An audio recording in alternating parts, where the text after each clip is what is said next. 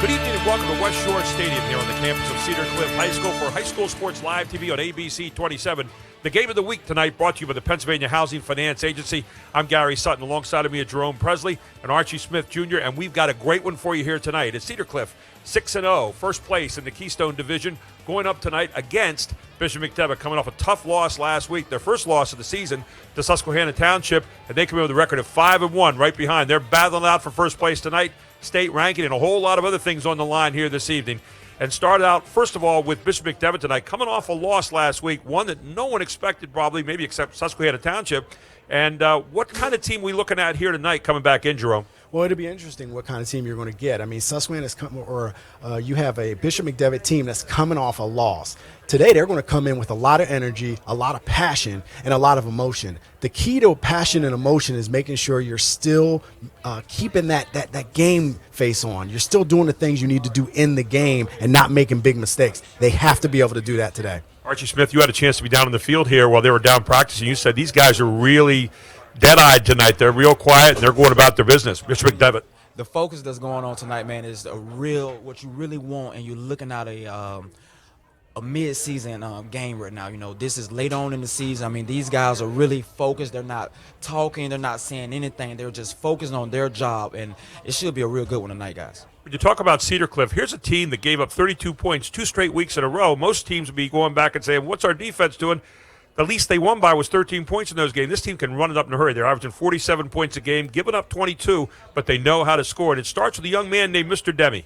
Yeah, Mr. Demi is an electrifying player, an electrifying quarterback. What makes him so special is his ability to be accurate. We have watched him mature each year as a running back. He's a receiver. He can do so many things, and he's such a talented athlete for this team. When you talk about Cedar Cliff, you talk about their ability to score. How many times can a team come in against them and say, oh, yeah, we can put up 32 points and then still lose? That happened twice. 32 points and you still lose by 2 touchdowns. That's what makes them so difficult. They can score in a hurry, and they can score a lot. Jerome, you and I had a chance to do a game last year where Grant Brenneman was a quarterback. We saw him starting to mature in that game in a season where they were really trying to earn some respect. Talk a little bit about his development and what he brings to the table tonight for the Colts. Right. One of the things about Grant Brenneman is his ability to read defenses. He does very good with that. He can put the ball on the money, extremely accurate. That's exactly what you want. He's a player that's probably college ready right now, and he's ready to roll. So he brings a lot of maturity to the position, sound play from the quarterback position. When you talk about Bishop McDevitt, you're talking about Air McDevitt right now. 87 catches among their 3 best receivers, Joe Heaton.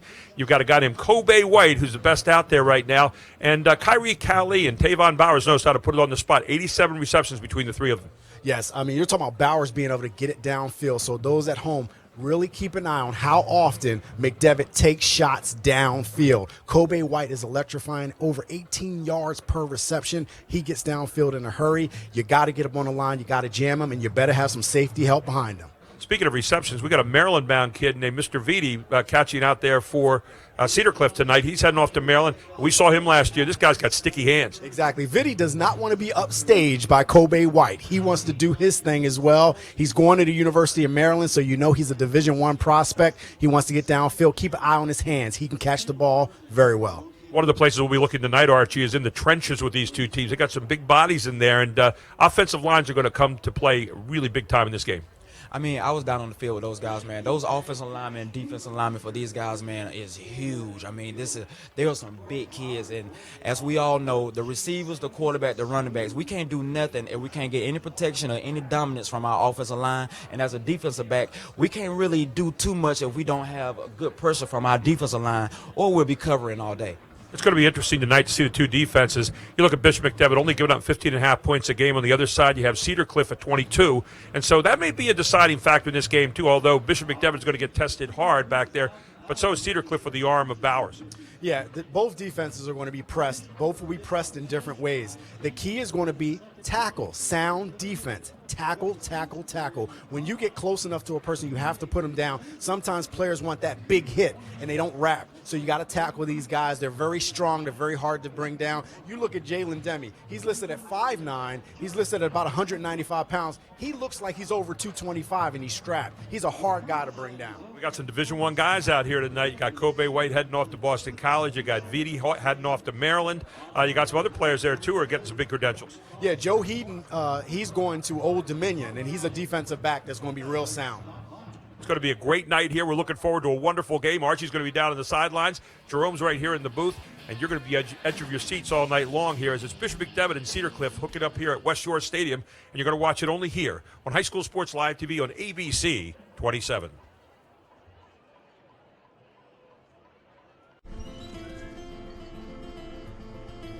Hey guys, just in time.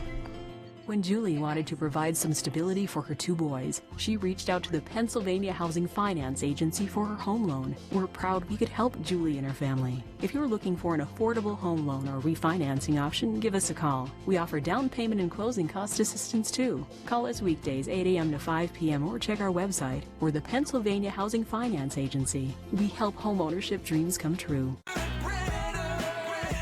This season brings cooler weather, lots of football, and $95 payments on your next new Nissan. Renner Nissan celebrates 95 years of business in Central PA, and the savings go to you. Drive a 2015 Nissan Altima for $95 a month. 54 available. You'll love the 2015 Nissan Sentra for $95 a month. Head to the game in a 2015 Nissan Rogue for just $95 a month. You choose. Get to Brenner Nissan today on the Carlisle Pike Mechanicsburg, 24/7 at Brenner Nissan. There's a place where kids really connect to learning. Commonwealth Connections Academy. It's a tuition-free, fully accredited online public school where students find devoted, enthusiastic teachers like never before. Commonwealth Connections Academy, the online public school. Under a new state law, all electronics must be recycled. Welcome to the Dauphin County Recycling Center, where recycling is quick, easy, and free. You may recycle appliances or even cell phones. We're open 6 days a week, and recycling is as easy as 1, 2, 3. Contact our helpful staff at the Recycling Center or visit our website for more information. Help us protect our planet, because tomorrow does matter.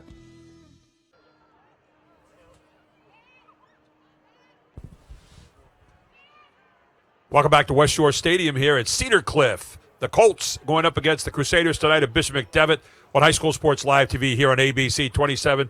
Gary Sutton alongside of me is Jerome Presley. And Jerome, we look at the starting lineups, first of all, for Bishop McDevitt here tonight. You got a star-studded lineup there, offensively and defensively here this evening. A team that's coming back off a loss, as we said, 9-point loss to Susquehanna Township last week. Let's take a look at that starting lineup, first of all, for Bishop McDevitt as we roll that up here on the screen. And, you know, defensively, they've only been giving up 15.5 points a game this season, and really doing a nice job there. Last week, the 35 points that got rung up on them by Susquehanna Township, really kind of an anomaly. Yeah, it definitely did catch him, and I think that the defense is going to be called upon to really try to put up some numbers. Look for those players. JoJo Heaton on the back end, especially at corner. He has to be able to hold up against that passing game of Cedar Cliff. You know, you talk about names up there. Perlosky wearing number 75 tonight. Pretty good defensive player himself up there along the line. And you take a look right here. There's Anthony Long at the offensive tackle, Perlosky. Perlosky will actually be wearing number 75 tonight. We'll get that back up on the screen here momentarily. But you talk about the offense for this team, and Bowers can get the ball out there in a hurry. He's got 3 great receivers. We talked about him earlier. Kobe White. You've also got Joe Heaton, and then you got Kyrie Cali, and those are 3 names that jump out there at the bottom. They've got 87 catches between the 3 of them. Throw in Mike Jones down there, the tailback, number 32. He's got over 400 yards. Don't want to forget about him in this whole mix because he can really be a potent offensive player. Yeah, absolutely. Bryce Hall's another one. I mean, you can keep throwing out names after names after names of just so much talent on this offensive side of the ball. And, again, they like to get deep. They like to get vertical. They like to beat you deep and test your corners, test your back line, and test the range of your safeties. Let's take a look at the Bishop McDevitt defense as well. Got a pretty good one. And we said, make note tonight, Jake Perlosky wearing number 75 instead of number 66. That's a game-time change. But you look down that lineup, guys like Vinny Salomon there at the linebacker, Osman Kamara, pretty good linebacking core that we're looking at there. Yeah, and they're pretty sound. They're really good tacklers. They really can get at you. Solomon is really good in the teeth of that defense. Matt Geiger as well will do his job on the defensive side at linebacker. And then, again, you see those corners, Joe Heaton and Bryce Hall. They'll be counted on to really man that outside. Look at Cedar Cliff's offense. This is the team that's running up 47 points a game this season. I mean, they are running all cylinders right now.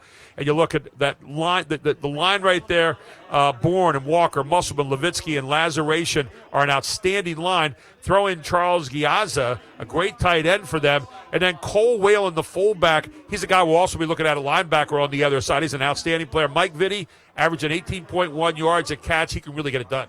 Yeah, Mike Vitti is a star in the receiving game, and Bishop McDevitt will not be able to leave him alone. You leave him alone, he's going to test you. Grant Brenneman, we already talked about how good he is.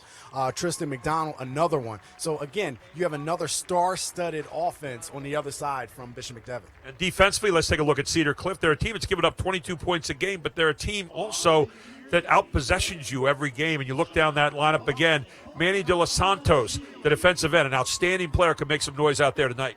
Yeah, and again, they're going to have to do their part to try to make sure that they do not allow Bishop McDevitt to put a lot of points on the board. But sometimes it's difficult when their offense is doing so well, and you see these guys are pressing and pressing and pressing, where they're going to give up some points here and there. So this defense is going to be important. Watch Cole Whalen, number 32 tonight, that linebacker spot. We'll be calling his number all evening long. And then those defensive backs tonight, Neal, Heupel, McDonald, and Vitti are all going to get pushed tonight by an offense that throws through the air an awful lot for Bishop McDevitt. Right, and that's a little different. Bishop McDevitt is usually more balanced, and you see them going downfield a lot, and they're in the passing game, and they're going to be counted on to really see if they can slow them down. This is a game that's had some fireworks over the last several years. We said Bishop McDevitt's won 8 of the last 9, but there's been great games year in and year out. Let's take a look right now at some of the great and outstanding highlights that we've seen the last few years in this wonderful matchup.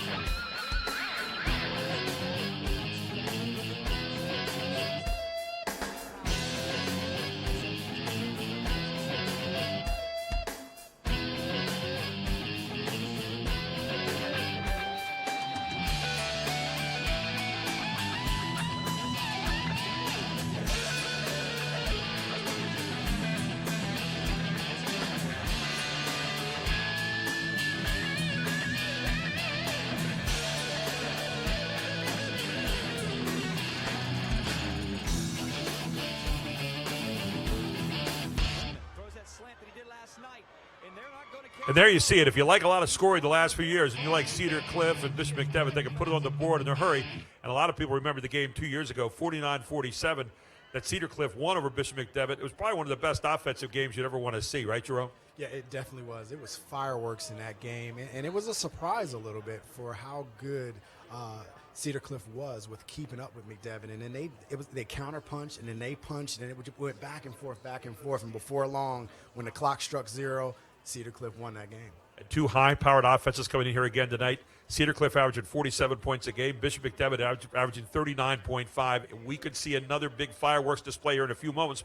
But before we get started with that, I want to take just a few moments. Charlie Fortney from Advanced Hoops is going to spend some time with Chuck Wingate of Bethesda Mission and talk a little bit about something that really matters as well, all here on High School Sports Live TV on ABC 27. Pac Financial, helping local families build, manage, and protect their retirement savings. Do you have a game plan for retirement? Stephen Marazzo is a local advisor who listens and cares about your needs. No account is too large or too small. Let Pac Financial and Steve Marazzo design a winning game plan for your retirement. Call Steve at 717-564-6400 and ask about the free, no-obligation retirement projection. Did you know that the Cleveland Brothers is much more than just earth-moving and construction machines? We're rental and standby generators. We're truck engine service. We're Solar air compressors. We're global pumps and so much more. Visit us at clevelandbrothers.com. Advanced Hoops high-level basketball training program is gearing up for their winter youth basketball program. The programs are designed for children ages 5 to 10, as well as middle school, 5-on-5, and skill factory. Fall AAU tryouts will take place on October the 24th and the 31st. This is a great time to get an evaluation from the Advanced Hoops staff and prepare for the upcoming spring AAU season. So call Charlie Fortney at 717-657-2620 or go to advancedhoops.com now as classes are filling up. Fans High School Sports Live has teamed up with the Capital Region Insurance Agency to benefit the Bethesda Mission through the Socks and Sweats Drive. Help clothe Harrisburg's homeless and ensure the warmth of people in need by donating new or lightly used sweats or new socks.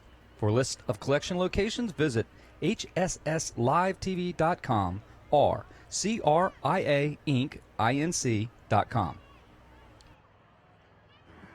True Vision Realtors is the most enthusiastic and innovative real estate firm in Central PA, offering multiple programs for sale by owner to full service. They are a locally family-owned business. They are serving you for buying and selling needs. To catch the true vision for your housing future, call Nick and Jody Pendolina at 717-925-9095.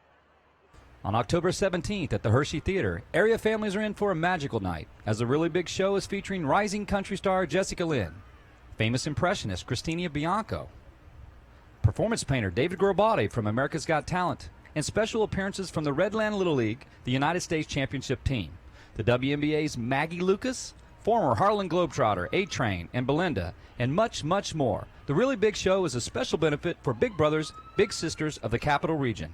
This event is recommended for families. To get tickets, visit HersheyTheater.com or call 534-3505. High School Sports Live is very proud to be a part of the Socks and Sweats campaign sponsored by the Capital Region Insurance Agency. This campaign seeks to help the Bethesda Mission, who are helping those in need this time of year. I'm with Chuck Wingate, the director, a little bit of everything for the Bethesda Mission, to talk about how the Bethesda Mission is serving the community and their main mission and their main goals. Well, Charlie, you know, for the last 101 years, Bethesda Mission has served the poor and homeless in the Harrisburg area. The people we serve are the addicted, the people nobody even wants to look at, the forgotten. So we're the ones who run towards those who have nowhere to go, nobody to go talk to, nobody to help them out. And we've been doing that for a long time. And we also help people get their lives turned around. You know what? Let's talk about the Socks and Sweats campaign. Right now we're seeing footage of the inaugural kickoff end of the summer when here at West Shore Stadium, students, football players, cheerleaders, coaches, the media came out, and we got the campaign kicked off. There was a heck of a barrel full there, and tonight at the stadium you'll see barrels all over the stadium filled with socks and sweats. And Chuck, there's me throwing in my sweatshirt. I gave up my favorite sweatshirt. But people at home can actually give. They can go to hsslivetv.com. They can also go to the Bethesda Mission's website as well. Everybody has Google. But talk about this Socks and Sweats campaign, Chuck, and how this is moving in the direction of helping you guys meet a very important need. And what need is it going to meet this winter? You know, we think there are about 600 homeless people on the streets in Harrisburg. Our goal in this campaign is actually to get at least one sweatshirt for everybody and a couple pairs of socks, which seems pretty reasonable. considering the number of sweatshirts I got knocking around in my closet that I don't wear very often, if I want to, put a couple of those to a better use, that's an easy thing to do. But, the winter is probably going to be another cold one. Last year, we saw record numbers of people on the streets, record numbers of people we served. And in fact, 2 men died in the cold last year. They chose to be outside. They chose not to come in and get help. So I think it behooves us all to do what we can to help those people who, by whatever means, whatever circumstances, are out there. And if we're not going to help them, I'm not sure who is. Well, I'll tell you what, we really appreciate the efforts of the Bethesda Mission, but we also really appreciate the bands in the area, Cumberland Valley, East, CD, and all the Cedar Cliff, Lower Dolphin, all the bands that are currently a part of the Socks and Sweats campaign, Susquehanna, all of them, they're helping by collecting socks and sweats. And we're asking people at home to respond to the need that Chuck Wingate just talked about, to find some sweatshirts that you're not wearing, maybe even pick up some socks at the store. Do it with your kids, maybe as a family event. We do these kind of things with my kids at times. We go down and serve in different areas. But do that. It's a good deed, and we want to join that team, and we thank you for your mission. When we come back, we're going to hear more from Archie Smith, Gary Sutton, Jerome Presley, as we get ready to get underway for a great battle between the McDevitt Crusaders and the Cedar Cliff Colts here at West Short Stadium, live, High School Sports Live on TV. Hi, sweetheart. Hey, you two, it's dinner time. When Marcus and Michelle were starting their family, they came to the Pennsylvania Housing Finance Agency for their home loan. We're proud we could help Marcus, Michelle, and Mia. If you're looking for an affordable home loan or refinancing option, give us a call. We offer down payment and closing cost assistance too. Call us weekdays 8 a.m. to 5 p.m. or check our website. We're the Pennsylvania Housing Finance Agency. We help home ownership dreams come true. There's a place where kids really connect to learning. Commonwealth Connections Academy. It's a tuition-free, fully accredited online public school where students find devoted, enthusiastic teachers like never before. Commonwealth Connections Academy, the online public school. Under a new state law, all electronics must be recycled. Welcome to the Dauphin County Recycling Center, where recycling is quick, easy, and free. You may recycle appliances or even cell phones.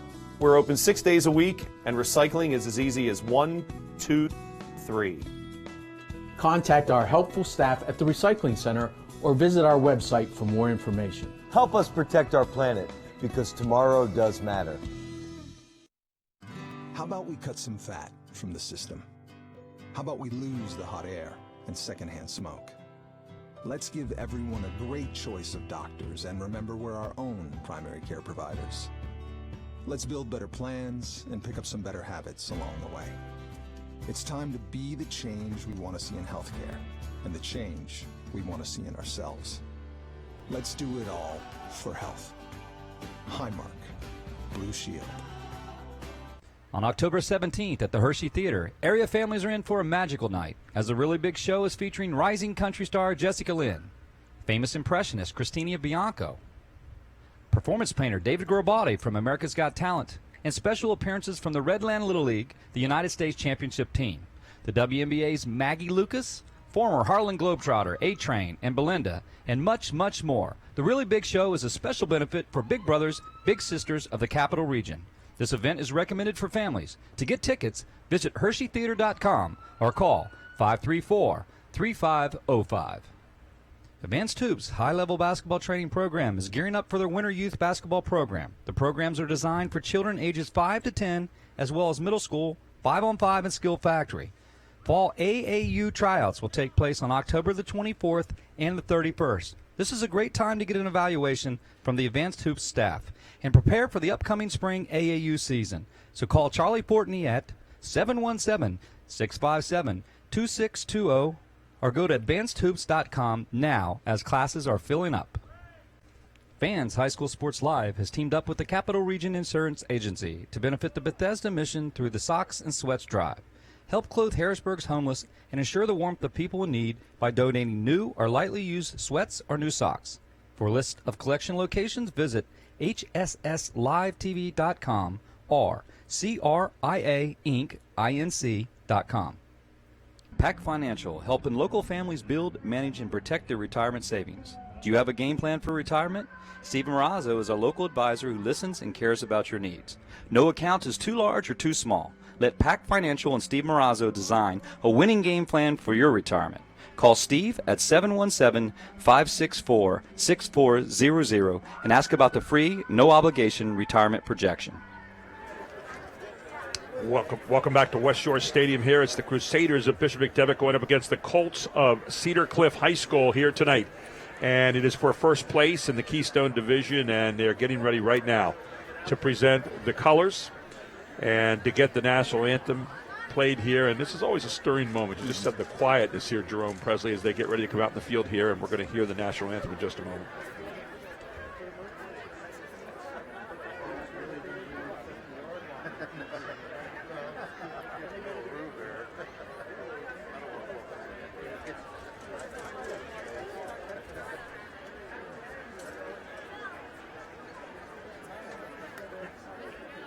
Ladies and gentlemen, if I could have your attention, please. Would everybody please rise, remove their hats, as we honor America tonight with the singing of the national anthem by Cedar Cliff Senior, Alyssa Rhodes. Oh, so can you see by the dawn's early light what so proudly we hailed at the twilight's last gleam, whose broad stripes and bright stars through the perilous fight o'er the ramparts we watched were so gallantly streaming, and the rocket's red glare, the bombs bursting in air, gave proof through the night that our flag was still there. Oh, say does that star-spangled banner yet wave o'er the land of the free and the home of the brave? Miss Alyssa Rhodes. Alyssa Rose of Cedar Cliff High School singing the national anthem here tonight as the colors leaving the field now. Gary Sutton, Jerome Presley here in the box with you. Down on the sideline, Archie Smith Jr. And there you see a good look at West Shore Stadium here, where Cedar Cliff fans are on that side. On the other side of the field, Bishop McDevitt, kind of a late arriving crowd there tonight. And it's hard getting in here sometimes, getting all these cars in, so some still getting parked. But this is going to be a set of stands that are going to be filled up here before this night's over, I think, Jerome. Yeah, I think it will be. Again, it's been this has been a really good rivalry, especially over the past 2-3 years. I mean, that's when you've seen it really blossom. Up until that point, Bishop McDevitt has pretty much owned the series. So now, you're starting to see a situation where Cedar Cliff is not fearful of Bishop McDevitt. They're going to come out here and they're going to try to deliver some blows early to Bishop McDevitt. You look at the two head coaches here, Colin Gillen of Cedar Cliff and also Jeff Wechter, of course, the well-known head coach of Bishop McDevitt. These two coaches getting at it again here tonight in another of these classic matchups. We've talked about some of them. You saw the highlights earlier here this evening. And the two, all the captains out there, the quad captains, if you will, getting ready to see who wins the toss. And as you can see right here, Cedar Cliff, or actually Bishop McDevitt has won. They're electing to McDevitt has won the toss, and they have elected to receive to start tonight's game. and they're going to defer. So we are just about ready to get this underway. The blue and white of Cedar Cliff, wearing the snazzy blue uniforms. So down on the other side, a little bit of that Notre Dame look with the Crusaders. They've had that white and gold and blue for a long time, and getting down together with a team prayer before they get started here tonight. Jerome, final thoughts here before we get this one underway. They're your officials there meeting in the center of the field. Well, I think it's going to be big. Can McDevitt come out with emotion, but also play mistake-free, especially early on? And on the other side for Cedar Cliff, can they withstand that emotion, match the intensity, not make mistakes, and be able to develop their own punch against this really, really talented Bishop McDevitt team? Dominic Haley is going to kick off for Cedar Cliff, and receiving on the other side will be Bishop McDevitt. We'll see who that's going to be in just a moment. But a lot of anticipation for this game tonight. A lot of people had this one circled on their calendar, and they thought maybe these two teams would both come in undefeated. A little funny thing happened on the way here to the undefeated matchup, as Susquehanna Township had something to say about it last week. They definitely did. I mean, they put a wrench in a lot of schedules and a lot of thoughts there, because now they're saying they're someone to be reckoned with, even though they haven't. They're not at the top of the division. So any team that has Susquehanna left, but again, it's about this game today. It's about the head and who will lead the Keystone Conference after today.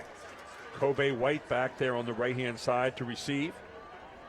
And we're ready to get this one underway here, as Dominic Haley puts a foot into it and sends it down to Kobe White. He's going to have it right away. Kobe White kind of misjudges it, misplays it, and it's going to be out of bounds right around the 13-yard line, where Bishop McDevitt will set up shop for the first time. He kind of had to do a little short stop, short hop there.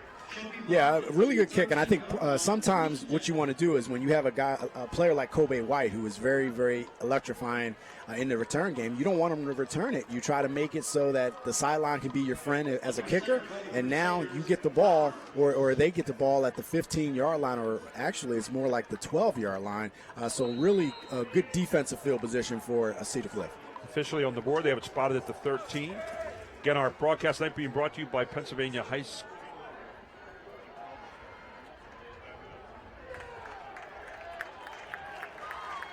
Pennsylvania Housing Finance Agency, in the opening play of the game, a run toward about the 15-yard line to open it up there, and you saw Mike Jones testing out the defense of Cedar Cliff right away. And Cedar Cliff is up for the challenge. You see a lot of hats around the ball. That's what you want to do. Swarm to the ball, get a lot of hats there, make sure guys are wrapping up and getting the running back to the ground. Good defensive effort.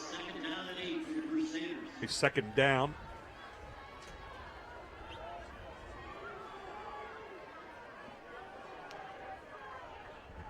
Straight back goes Bowers. Up to the right side. Hammers one over the middle. Beautiful route run right down the middle there by Bryce Hall coming across. And Bryce Hall with a nice catch, his 25th of the season.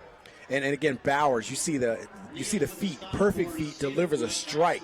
That's a good sign for Bishop McDevitt to see him so comfortable delivering strikes on the second play of the game, first down.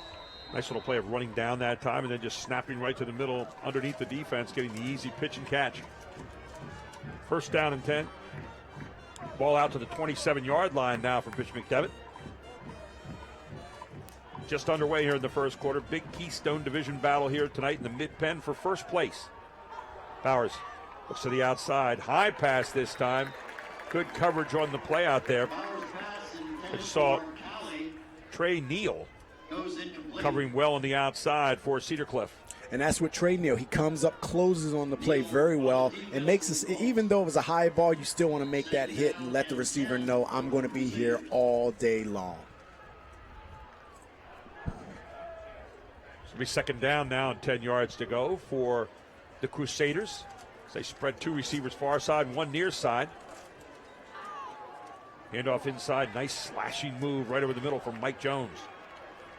And there you see, you're going to see number 2, Jaden Demi, who also moonlights as a linebacker in that defense, and he is very good on defense. He's very stout as a linebacker, and, the key is going to be how does he manage doing both duties, because he does get a lot of action on the offensive side of the ball. Third down and 4 yards to go. The ball spotted at the 34-yard line of Bishop McDevitt. Again, same look. Two receivers far side, one near side. Jones right up the gut again. Follows his blocker's head on through. Good lead block that time by number 55. That was Jalon Mitchell, a senior, 260-pound offensive lineman. And Jones is going to bring up fourth down and 1. And Jones is a load to bring down. He's 404 yards, 6 TDs. And they're going to say, no, it's a first down now. So first and 10 here for Bishop McDevitt. Ball out to the 38-yard line. Kind of a hesitation there in the moment. So first and 10. Ball at the 38-yard line for Bishop McDevitt. Straight back goes Bowers. Looks one receiver off. Starts to dance out of there, trying to get forward. Just kind of covers up. Gets out just past the 40-yard line. We got a flag down in the backfield. And that normally is in the holding area, but let's take a look and see what the official has. Dorsey and McDonald with the stop for Cedar Cliff. There's the holding call against Bishop McDevitt. Against the Crusaders. So the original line of scrimmage was at the 39-yard line. They'll walk that back right here, all the way back down to the 29-yard line, where it'll be down to the 27, actually, they say. 10-yard penalty. It was interesting. It's the defensive side of the ball, they kind of were calling holding the whole time. But you saw that fire. Ryan Shoppert is getting after that tackle. He gets up and he's really fire. Anytime you have an opportunity to get a shot on a quarterback that's legal, you saw it. And you saw 3 Colts converge on the quarterback and put him down really hard. First down and 20 now for the Crusaders. 9:22 to go here in the first quarter. 2 receivers far side, 1 near side. Sidecar in the back. Bowers looking deep. Thinks better of it. He's getting chased down in the backfield. He's going to throw it away. Good pursuit that time by Chili Giazza. Charles Chili Giazza. I like that name, Chili Giazza. He wasn't chilly on that. He was hot. Yes, he was. And now they're going to have a flag down and probably intentional grounding here. So he's trying to dance out of the pressure. We're not getting a chance to see what the D-backs are doing, but I'll tell you what, they must be doing some pretty good coverage. There's the intentional grounding call. And Archie can have a lot to say on that. I saw it as a coverage satch. Archie, what did you see?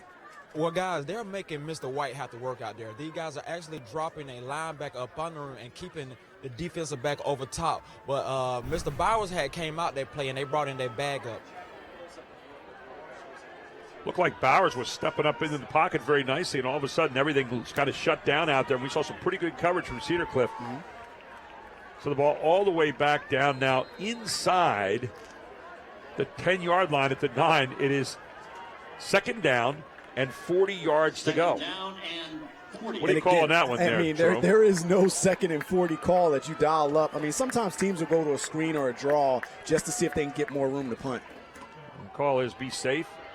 Bowers keeps it himself after the fake handoff to Jones and brought down by an array of Cedar Cliff tacklers. I think it was the whole team, on the sideline included. It just seemed like all blue jerseys converged on Bowers on that play. Somebody turned out the lights in the school. They were all in. So it'll be third down now. A gain of 4 on the play is a safe call by Bowers there, but 3rd and 36. So if you're Bishop McDevitt right now, maybe try to get some kind of gain on this and get where you get a little bit of kicking distance and get it out of there. Right. And what I'm seeing already is there's a swagger to this Cedar Cliff defense. I mean, they really have a swagger. They're swarming to the ball. They're excited. We talked about that energy that maybe Bishop McDevitt would bring. You're seeing it from Cedar Cliff. Looks like Cedar Cliff's playing some zone right now, too, which is, I don't know if it's confusing Cedar Cliff. Now you have trips near side this time. See what they run on this one. Got a screen play set up to Jones. Jones is going to be slowed down, but not totally, and Jones manages to get out near the 25-yard line. It'll be 4th down coming up here, certainly a punting situation. Let's take a look again. And that shows you how Jones, he is hard to bring down. You see Whalen comes up and misses the tackle, but slows him up just enough so that he'd be cleaned up by Neal on the play. Enjoy that when it happens because Whalen doesn't miss a lot of tackles. I know. So it'll be 4th down now, 23 yards to go. They're going to kick it out of there. Oh, high snap back there. The kick is laced out of there pretty nicely. And it's going to be down just barely into Cedar Cliff territory where they'll set up shop. Very good field position to start on this one. And not only a very good field position, that was a very good defensive stand to open the game. For Cedar Cliff, they basically shut down the McDevitt offense. And that's what you do. You want to lay down your marker right out of the gate. So here comes Cedar Cliff now. Brenneman at the controls. Grant Brenneman, 13 touchdowns this season, only 2 picks all season long. Looks straight back to the outside.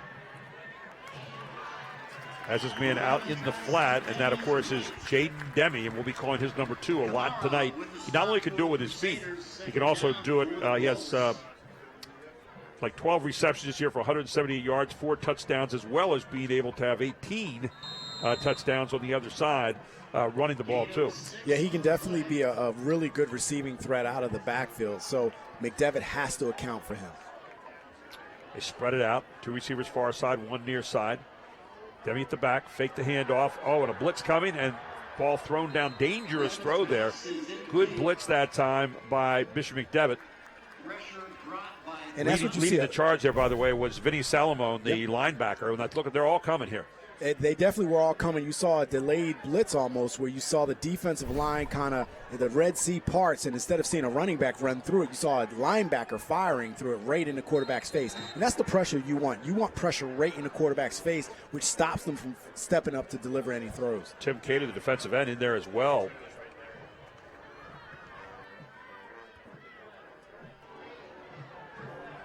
That was Patrick Dugan, rather, the defensive end. There he goes. Good pass to the outside. Slowed down. Good catch out there by Mike Vitti. We talked about him. He is a guy. He reminds you of kind of a Bolitnikoff kind of receiver, you know, the old days. Yep. Runs his routes exactly. Great hands. He's heading off to Maryland next season. Let's take a look right here at what he does. Good pass to the outside. He runs his route, gets the inside position, and almost breaks away. Yep. And Jalik Smith didn't have horrible coverage, number 8 on that play. He was there to make the play, but he couldn't come up and make the tackle. Vitti has sure hands, and he just snatches the ball right out of the air. 16 yards on that reception. First down and 10 right now. They're on the march from the 32-yard line, and diving down near the 30-yard line goes Cedar Cliff. And for McDevitt, keep an eye on number 52, Anthony Long, the 6'3", 295-pound senior. He goes both ways as a defensive tackle, but also offensive tackle on the other side of the ball. Gain of 2 on the play to Demi, and so that'll be second down and 8 yards to go. Ball spotted at the 30-yard line of Bishop McDevitt. There you see the McDevitt coaching staff. So Brenneman in the shotgun, put a man in motion this time. That being Whalen. Pass outside to Whalen, and he's going to be tracked down out there nicely by Joe Heaton, who was up reading the play perfectly.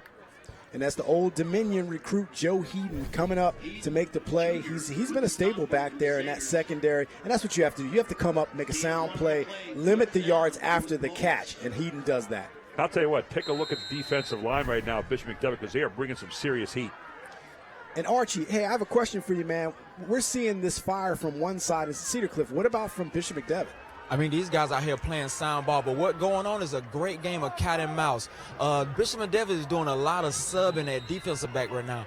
When Kobe White comes in the game, he is matched up against Vinny. So we have 2 matchups that's going on out here, guys. This is a great game of cat and mouse from the offensive coordinator and defensive coordinator. So Colin Gillen and Coach Wechter hooked up here with their staffs, and a little bit of chess going on right now, as you heard from Archie Smith Jr. down on the sideline. We have a flag down. We're going to see what that's about. They're going to sort it all out. And I think McDevitt is going to decline whatever penalty it is, and they're going to wave it off. They're going to say no. Yeah, I think they were thinking that maybe McDevitt may have had 12 men on the field, but then they did the count and they realized that wasn't the case. That's when the referee is saying, get those glasses fixed, right? So we'll bring a 3rd down and 7 now, 30-yard line. Brenneman rolls left.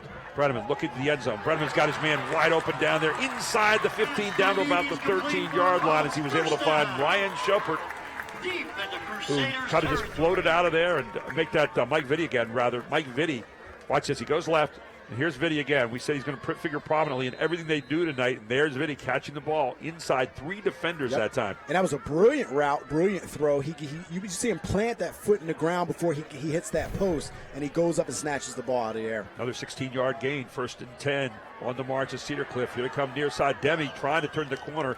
He's going to go down. No fumble on the play, but there'll be a loss on that play. Down at the 15-yard line. And again, this is a methodical drive by the Cedar Cliff team. They're getting out. Now they're in the red zone. They want to put points on the board and let McDevitt know that, hey, regardless of what happened last week, you're in our house. We're going to try to put the ball in the end zone first. 4:38 to go here in the first quarter right now. And we lost 1 on the play. It'll be 2nd down and 11 yards to go. Ball spotted at the 15-yard line. And you're going to have movement there in the backfield by Demi off the count. That's going to be a 5-yard penalty, illegal procedure.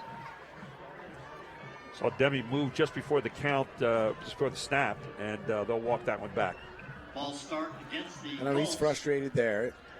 The count doesn't go his way on that play, so now it backs him up 5. So we'll make it 2nd down now and 16 yards to go. Ball be spotted back at the 20-yard line. Is the official getting ready to walk that off? You're watching High School Sports Live TV tonight, brought to you by the Pennsylvania Housing Finance Agency. So proud to have them as our title sponsor here this evening, and so many people have helped out with this tonight. Thanks to Chad Edwards and the great crew back there from Ivica, and of course Travis Sparks this evening, our statistician as always. We have 4:28 to go here in the first quarter, and we'll count that in. Ball spotted at the 20-yard line, 3rd down now, and 12 yards to go. Big down here. You got to think we're in 4-down territory rather. It could be. I mean, but also depending on the kicker's talent, they may try to go for a field goal if they don't Across get it. the middle, and almost a great catch. Good. They're going to say penalty there on Jalik Smith. He had his back turned to the ball and the coverage. I think I'd say face guarding. Yeah, that's face guarding on that play. I wasn't sure if they want to call it because even though he was playing defense, it was almost as if the ball, Brennan threw it right to his back. But they're going to call face guarding, which will give an automatic first down to Cedar Cliff. Well, you have to make a play for the ball, right? When you're playing defense. But he's coming across there, and you almost, if we can see it again, I don't know if we can. Right. You almost think that maybe he was playing some defense there. 4:06 to go here in the first quarter, and big penalty on the play. And the only problem I have with calls like that is when you have a defender, and as coming from a defensive background, when you have a defender that has his back turned, and then the quarterback throws it directly to the back. So we got to see if there was ever a play made on it. It looks like he didn't make a play on the ball, so that would be a penalty. Yep, he did not make a play on the ball, and so good call by the official there.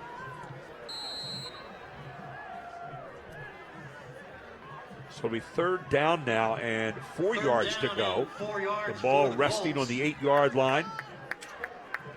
So 3rd down and 4 to go. There's a fake. Boy, did Demi pick up the block very, very well right there. Then the throw to the end zone, no good. And great coverage down there by Kobe White. Pass is incomplete. And you're right. We talk about Kobe White's ability to get downfield as a receiver. He is an accomplished defensive back at the corner position and can play it very well. And you see him break on the ball and break up that pass. Good effort. So 4th down now and 4 yards to go, and it looks like Cedar Cliff's going to go for it. Let's see what they have in mind for 4th and 4. And that's a down and distance that you pretty much can open up anything. So we're going to take a timeout for Cedar Cliff. Nothing, but 3:59 to go. Cedar Cliff knocking in the door here on High School Sports Live TV on ABC 27. Today, we have some breaking news on the West Shore. Some spraining, twisting, popping news. It appears that Mechanicsburg is getting a state-of-the-art OSS orthopedic urgent care. This is what we know so far. OSS urgent care is much faster than the emergency room. All patients will be seen by orthopedic experts. Costs are typically less. And OSS is open 7 days a week. Remember, if you have a sprain, pop, or break to report, go right to the experts. OSS Orthopedic Urgent Care. 2 great locations, York and now Mechanicsburg. Now that's some good news. Karen has 459 friends, but none of them made sure she got home okay. None of them suggested she skip the next drink, try a glass of water, or maybe just call it a night. Karen has 459 friends, but tonight, what she really needed was one good one.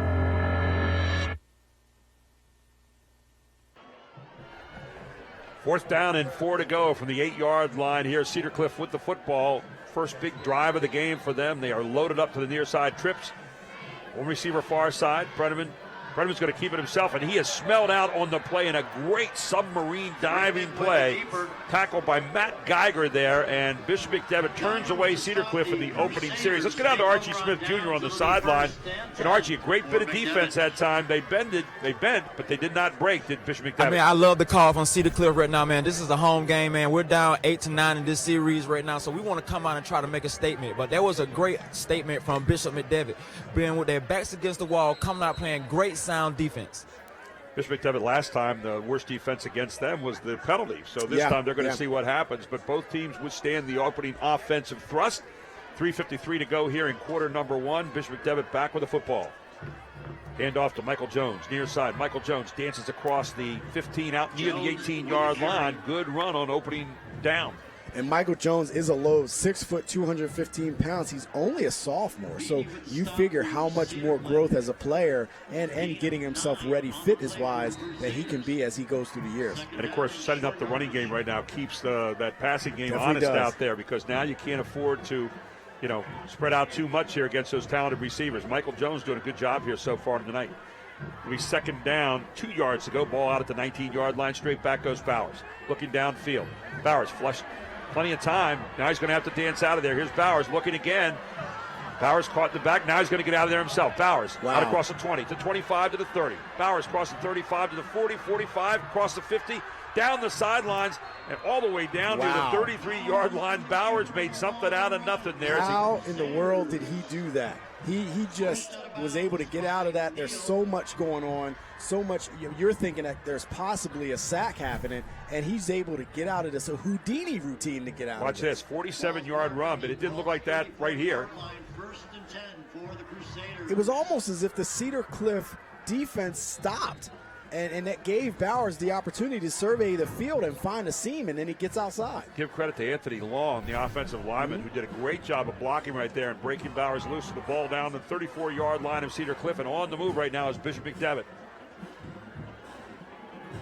Right across and pushing to the outside very, very quickly all the way down the near sideline. Out near the 10-yard line goes Matt Geiger, the junior, 5'10", 195-pound running back, and Matt Geiger. And all of a sudden, this offense for Bishop McDevitt has found what they want to see. They definitely did, and they're finding big plays. Geiger comes back, makes a good hit. You see the good blocking on the edge by number 13, Kevin Lentz, is able to seal that edge on the left side, and Geiger's able to get outside and get positive yards. Another 24-yard run here. So back-to-back, 47 yards and then 24 yards, and Bishop McDevitt knocking on the door. Ball down at the 9-yard line, first down. First and goal. There's your handoff again. Geiger dives over the right side. Geiger with the carry. The guy whose number they called again for Bishop McDevitt that time, number 55, Jalon Mitchell, 6'1", 260-pounder, leading the way over that right side. So he gets 2 yards on the play. It'll be second down and 8. You see Vitti comes up from the defensive back position and makes a good tackle. Now you got to see, can this defense hold for Cedar Cliff and try to keep them out of the end zone? Similar situation what we saw a few moments ago. So second down and goal now. Bowers hands off. There's Geiger again. His first 3 carries tonight have been productive here. Definitely productive in the red zone. It gets a little tighter down there, and you see that defense tighten up a little bit, but they're getting closer. McDevitt's getting closer and closer to the end zone. Cole Perlican on the tackle there, number 77 for Cedar Cliff. They fight it back. Here you see it again. So it'll be third down and goal now. Most certainly 4-down territory, one would think. Third and goal.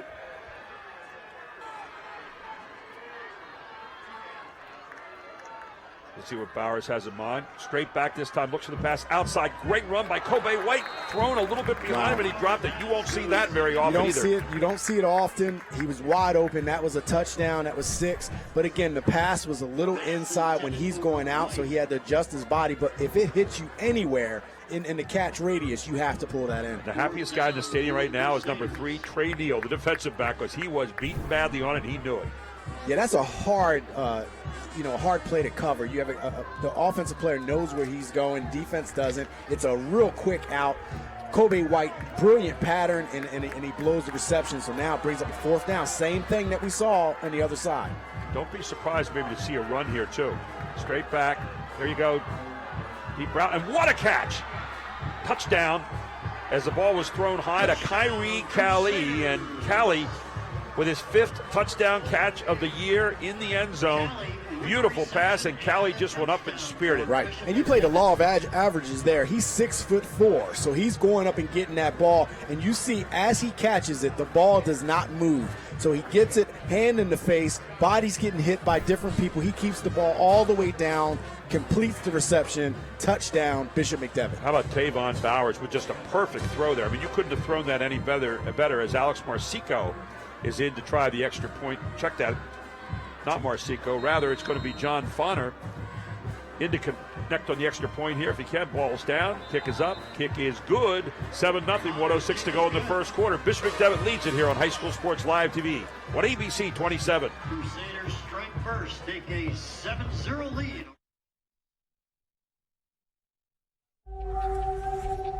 Ruff Tractor and Equipment is PA's full-line equipment dealer representing Case Construction along with other leading manufacturers. serving the total sales, rental parts, and service needs of its customers. Groff Tractor paves the way for your project from start to finish, featuring the latest parts and equipment from Case Construction and more. Groff also offers 24/7 job site support.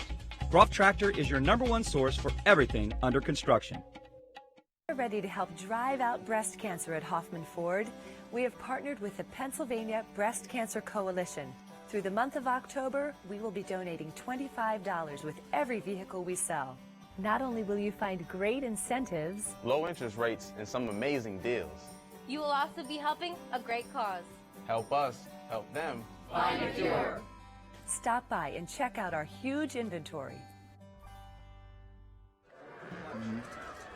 Welcome back to West Shore Stadium. Bishop McDevitt has struck first here in this showdown tonight. And they are ready to kick it off here right now. Fonner gets down over the ball. And Fonner with a high short kick. Should be returned here by Cedar Cliff. And Cedar Cliff's going to get the ball out near the 34-yard line. Let's go down to Archie Smith Jr., who's on the sideline. He's got some good information for us down there. Archie? All right, guys, when we was wondering why Cedar Cliff didn't go for the 3 and they went with it, I actually thought they was gambling, but as I was using my instincts down here on the sideline, their kicker, Dominique Haley, is out with a broken foot that he hurt this week in his soccer game, guys. Ooh. That's a big deal. That's I mean, a big deal. When your kicker is out, I mean, unless you have an accomplished backup that's ready to go, that could be the difference in the game if you don't have a sound kicking game. Your handoff, not a handoff, a fake, and Brenneman keeps it himself. Brenneman inside the 40, inside I think the 30. He's going. Brenneman heading to the house right now. Does he make it in? Brenneman the whole way down to the house. A 66-yard run for Grant Brenneman on the fake belly dive there to Demi. And once we have two quarterbacks, both quarterbacks making plays with their legs that set up touchdowns for both teams. One actually sets up a touchdown, the other actually takes it to the house. Brenneman literally put it in the belly of Demi and then took off with a 66-yard scamper, and Cedar Cliff has answered very quickly on the opening play from scrimmage here, and now in for the extra point. And this is a big one tonight. Reed Bertram, the kicker, only a sophomore. Reed Bertram. Kick is down. Kick is up. Right through the hoop there. I mean, that was easy. Nothing to this, that was right? nothing. 7-7. We score quickly. 47.2 seconds left in the first quarter. You're watching it all here on High School Sports Live TV on ABC 27. At Giant, it's never been easier for you to shop smart. Discover low prices on the items you buy most. Save on thousands of items every week with new Red Bonus Buy savings. And with gas rewards, you save big at the pump. You'll love how your savings stack up. Only at Giant. Earn Gas Extra Reward savings every time you shop. And pump up your rewards even more with weekly bonus offers in-ad and in-store. Gas Extra Rewards go farther at Giant. Right now at Pizza Hut, you can get any 2 medium pizzas for $6.99 each. Choose any crust, any sauce, any toppings. So go for it, America. Get any toppings, any crust flavor, anything you want on any 2 medium pizzas for just $6.99 each. Only at Pizza Hut. Wow, we said there could be some fireworks tonight. We just saw them. Bishop McDevitt marches down the field, gets a touchdown, and the first play from scrimmage coming back. Cedar Cliff shows why they're averaging 47 points a game with what looked like a typical belly dive to Demi. Instead, it was a keeper for the quarterback, 66-yard scamper for Grant Brenneman, and we've got a tie here with 47.2 seconds left in the first quarter, 7-7. Well, that ball in the belly fooled us up here, and it definitely fooled that McDevitt defense. And you really saw Brenneman be able to put on the Jets and saw the type of athlete he is. And here's the kickoff back down to Bishop McDevitt, taken by Kobe White. Kobe White heads over the near side. Kobe White's got some running room. Kobe White up the near side across the 50. Can he get by one man down inside the 30 to the 20, down to the 15-yard line? We said there'd be fireworks tonight, Drum. I didn't know they'd be this quick. Well, I'll tell you, the first drive was just defensive effort from both teams. It was sound defense. First you saw it from Cedar Cliff, then you saw it from Bishop McDevitt. Second series, big plays, and then we start off right here with Kobe White, and he does what he does. 73-yard return right here by Kobe White. Almost took it to the house. Saving tackle by Mike Vitti to get him down, but the ball's all the way down now to the 16-yard line. Make that to 15. First down and 10 again for Bishop McDevitt. Boy, these teams love to get it on, don't they? They do, and you see that long stride from Kobe White. They're very deceptive. It's really fast. He's a fast runner. He can run right by you, and you wouldn't even know it. First and 10, ball spotted at the 15-yard line. Bowers in the shotgun. Straight back. He's going to keep it himself. Right up the middle goes Bowers. Bowers dives down near the 5-yard line, should have the first down. So Bowers says, in a battle of mano-a-mano tonight, quarterback versus quarterback running, Bowers says, I'll do my part too. Absolutely. I mean, now when you get these both these quarterbacks running the ball like this, it adds another dimension to your offense. So they're talented and they're able to do their thing on the ground. Designed quarterback draw right there, and then went right up the middle, and give credit to number 34, Sergio Acala, for a great block up there to open up that middle. First down and goal.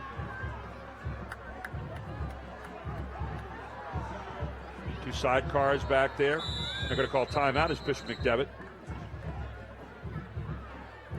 Kobe White was calling the timeout over there, or Miktat Kali was calling the timeout over there for a while. So we're going to keep our eye on what's going on here as Bishop McDevitt goes to the side. Let's go back down to Archie Smith Jr. Archie, what was going on there? They called the timeout. It seemed like a little confusion.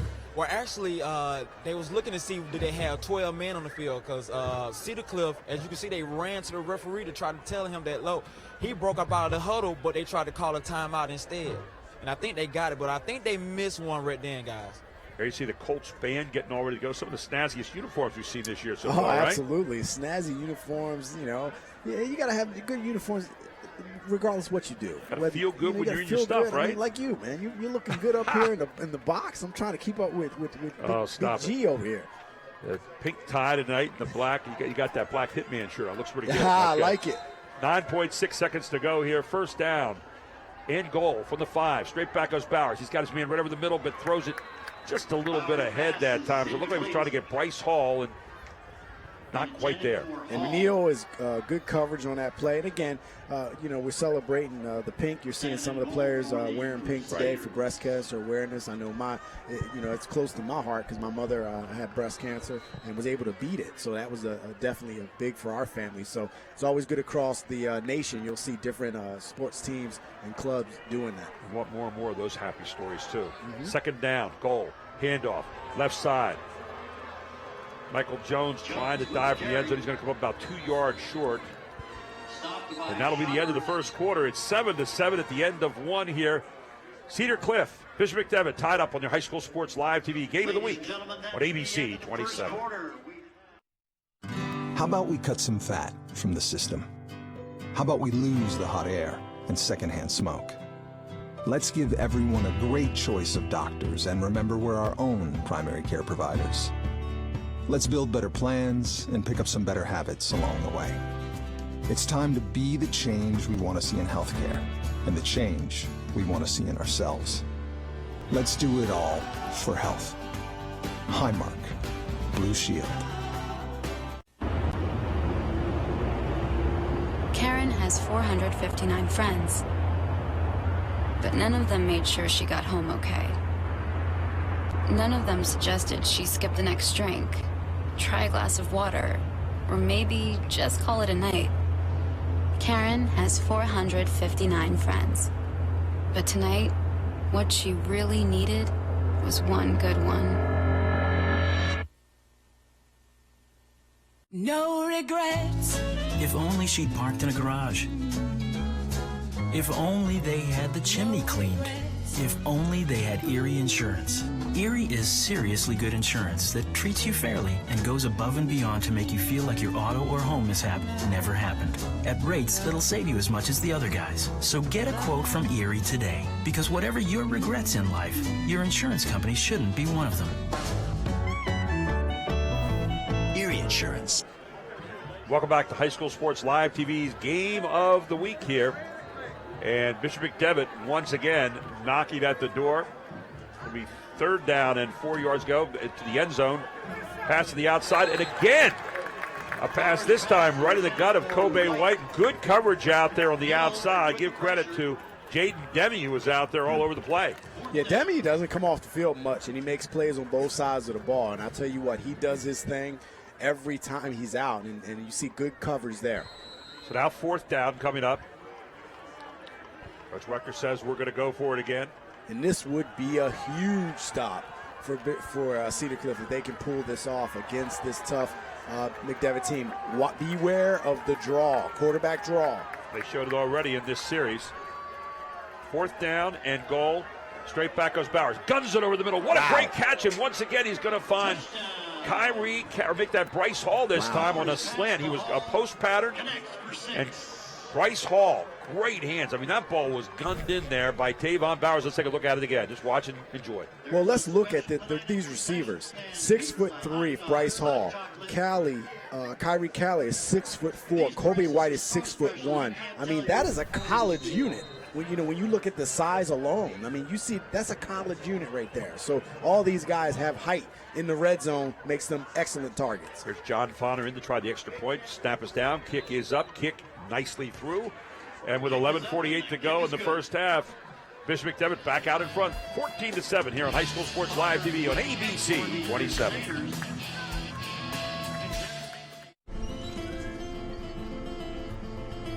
Hey guys, just in time. When Julie wanted to provide some stability for her 2 boys, she reached out to the Pennsylvania Housing Finance Agency for her home loan. We're proud we could help Julie and her family. If you're looking for an affordable home loan or refinancing option, give us a call. We offer down payment and closing cost assistance too. Call us weekdays 8 a.m. to 5 p.m. or check our website. We're the Pennsylvania Housing Finance Agency. We help homeownership dreams come true. This season brings cooler weather, lots of football, and $95 payments on your next new Nissan. Brenner Nissan celebrates 95 years of business in Central PA, and the savings go to you. Drive a 2015 Nissan Altima for $95 a month. 54 available. You'll love the 2015 Nissan Sentra for $95 a month. Head to the game in a 2015 Nissan Rogue for just $95 a month. You choose. Get to Brenner Nissan today on the Carlisle Pike Mechanicsburg, 24/7 at Brenner Nissan. If you like scoring, you love this game so far. 14-7, McDevitt leads, and McDevitt kicks it off right now to Cedar Cliff. And it's going to be bobbled back there by Tristan McDonald. Now McDonald diving out of there, getting out across the 20-yard line. But let's go back to that last route for the touchdown. Let's get down to R.G. Smith Jr. He watched it set up. Well, guys, it was the classic route that you see in the high school, you see in the college, and you see in the pros. Actually, it was the same route that Seattle tried to run in the Super Bowl, which is a rub route, which you take the slot receiver to try to run it out, and you bring the slant, which is the outside, back on the backside of it. And when you got a 6'3" receiver, man, all Tavon has to do is make a perfect pass, which it was, and you get those results. And then you have a guy like Tavon Bowers who throws it like a gun.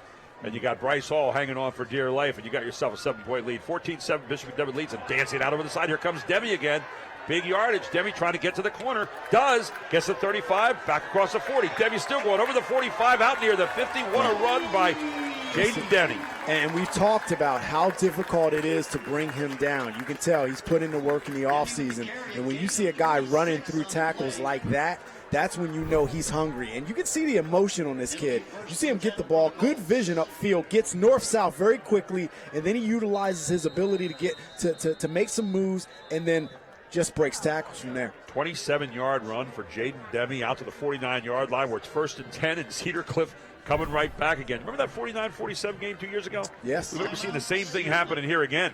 We could. I mean, again, both of these teams have been explosive. We know that Cedar Cliff can really rattle off points pretty quickly. So, 1 minute you may have them down, the next minute they put up 2 scores on you before you know it. So when they get Demi going in the running game, they become that much more dangerous. Freshest teams out here so far tonight are the defensive teams because they haven't had to be in the field very long. Absolutely.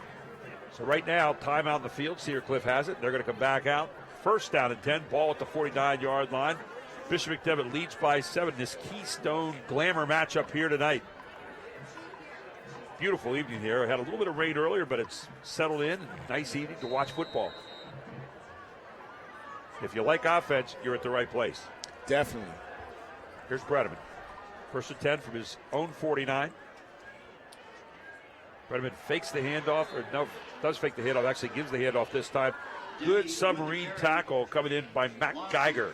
And I tell you, this is the second time we've called Geiger's name on the defensive side of the ball. He moonlights on the other side as a running back, too. So you see him come up and make a sound tackle on Demi before he can get going downhill. So 2nd down, loss of 1 in the play. It'll be 2nd down and 11 yards to go as Bredeman with Demi in the backfield with him.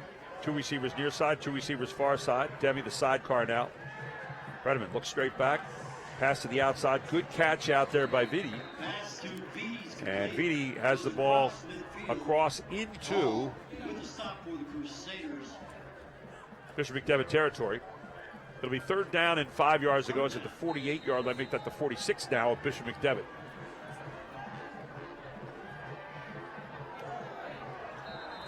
You got a flag down on the field. I think they're going to get white for pass interference or at least holding, which will give Cedar Cliff a first down. So it's right down where the first down marker would have been, but let's take a look here what the official has to call. You're going to have holding against the defense. There you had it. Kobe White. Good call there, Jerome. And again, when you have as a corner, you don't want to let on a slant route, any receiver cross your face, and when they do, you can get a little desperate out there and get those hands going, and that's what I think happened on that play. Cedar Cliff has it down to the 46-yard line. In a moment, they'll walk that down. It'll be at the 41. 10:17 to go here until the half. Don't forget our Highmark halftime show coming up, featuring interviews with Sherry Brenneman and the Carlisle Sentinel coverage here tonight. We'll be checking in with them. And we'll have our Pack Financial halftime stats. So first, make that.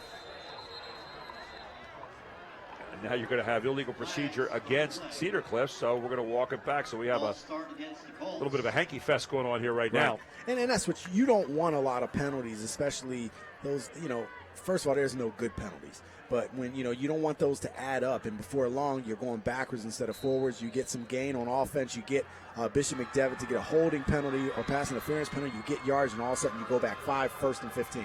There you see the Cedar Cliff faithful over there tonight. Wearing all kinds of colors right now. Or is that Bishop McDevitt? Bishop McDevitt, actually. Red, white, and blue night. And, man, I'll tell you what, Brenneman, lie down, because I'll tell you what, they were coming again. And who was coming? Matt Geiger, number 22, putting the heat on again from the outside with a little bit of help from his friends. Matt Geiger's having a good game, and I actually like the defensive play call. You see McDevitt is not just sitting back and letting Brenneman pick them apart. They're going to come up and blitz. They're sending a lot of guys, committing a lot of guys to the line of scrimmage to close in those gaps and not allow the quarterback to get outside again. Once again, number 31, Vinny Salomon, out of his linebacker spot, in on the play as well. So that brings up 2nd down now and 23 yards to go for Cedar Cliff. They're going backwards, much as we saw in the first quarter, but they had a 2nd down and 40. Under 10 minutes to go here in the first half. And one of those things Cedar Cliff is going to have to do is solve the mystery of these exotic blitzes that are coming at them right now. And you see McDevitt is coming, and they're coming with numbers, and they're coming with numbers from different locations, which is getting confusing. So Brenneman looking straight back, again being flushed out of the pocket. Brenneman looking downfield to keep it himself. Brenneman takes off, down to the 40, pushed out of bounds around the 39-yard line by Geiger. And also big number 52, we talked about Anthony Long again was on that play. You saw his athleticism, but good defense. That was a coverage play right there where the defensive secondary did their job, didn't allow Brenneman to hook up with any of his receivers downfield. And Nick Friccione, number 88, blowing into that backfield, helping to blow that play up pretty well. And again, Gary, they only rushed 4 on that play. So you saw the blitzing initially on a couple other plays, and then all of a sudden they go with a front 4, and that 4 gets pressure. When you can get pressure with front 4, it just makes that blitz even that much more dangerous. You don't want these quarterbacks to have a chance to set their feet, and right now everybody's got happy feet because both defenses are coming after him hard. Here's Brenneman, 3rd down, 12. Brenneman hands it off. Spinning to the outside is Vidi. Vidi diving inside the 30-yard line. Needed to get 12 to get to the first down mark. Is going to be well short of that. But again, you might well be in 4-down territory here. And you saw Vidi making his way upfield. It actually looked like he was going to have a good shot to get the first down. But, hey, the Colts will not punt here. They're going to try to go for this. There's only 4th and 3, so they're thinking, we can get this. Again, you might not be surprised here if you had a quarterback draw on this particular play. Yeah, quarterback draws are always dangerous when you have both quarterbacks that are able to run it. The one thing about it is if a team is ready for it, then it can spell disaster. Well, usually what you see in the quarterback draw is going to be some kind of spread out here, but it looks like it's going to be a pass. There it is, pitch out. Nice option play, pitch out. Heading for the end zone. Oh, he's in. He's going to make it. And he's going to dive into the end zone, and he is Bobby Whalen. Great call there, Bobby Whalen. 28 yards on the run, and Bobby Whalen in for the touchdown. And what a call there Everybody coming to the quarterback. Watch this. Brenneman sells this. He wastes the last second, pitches it out, and it's almost home free there for Whaley. He's got one man to beat, and he beats him. I'll give credit to Cullen Gillen and his staff for that play. That was a well-designed play. Took Bishop McDevitt totally off guard. Option play, getting the running back number 14, Whalen, upfield. Bobby's able to get in the end zone. Here's Tristan McDonald. We have ourselves a ball game. Here it is, 14-14. It's tied up, 8:23 to go to half. We'll take a break. You're watching a great high school sports live TV game of the week here on ABC 27.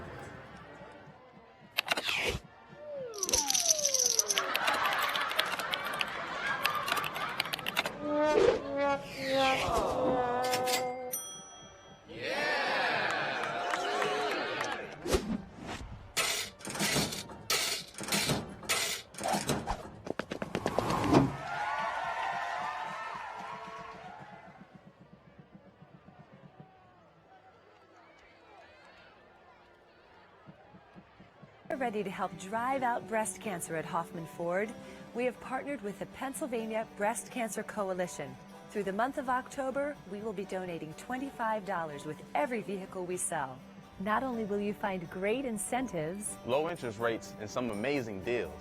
You will also be helping a great cause. Help us, help them. Find a cure. Stop by and check out our huge inventory.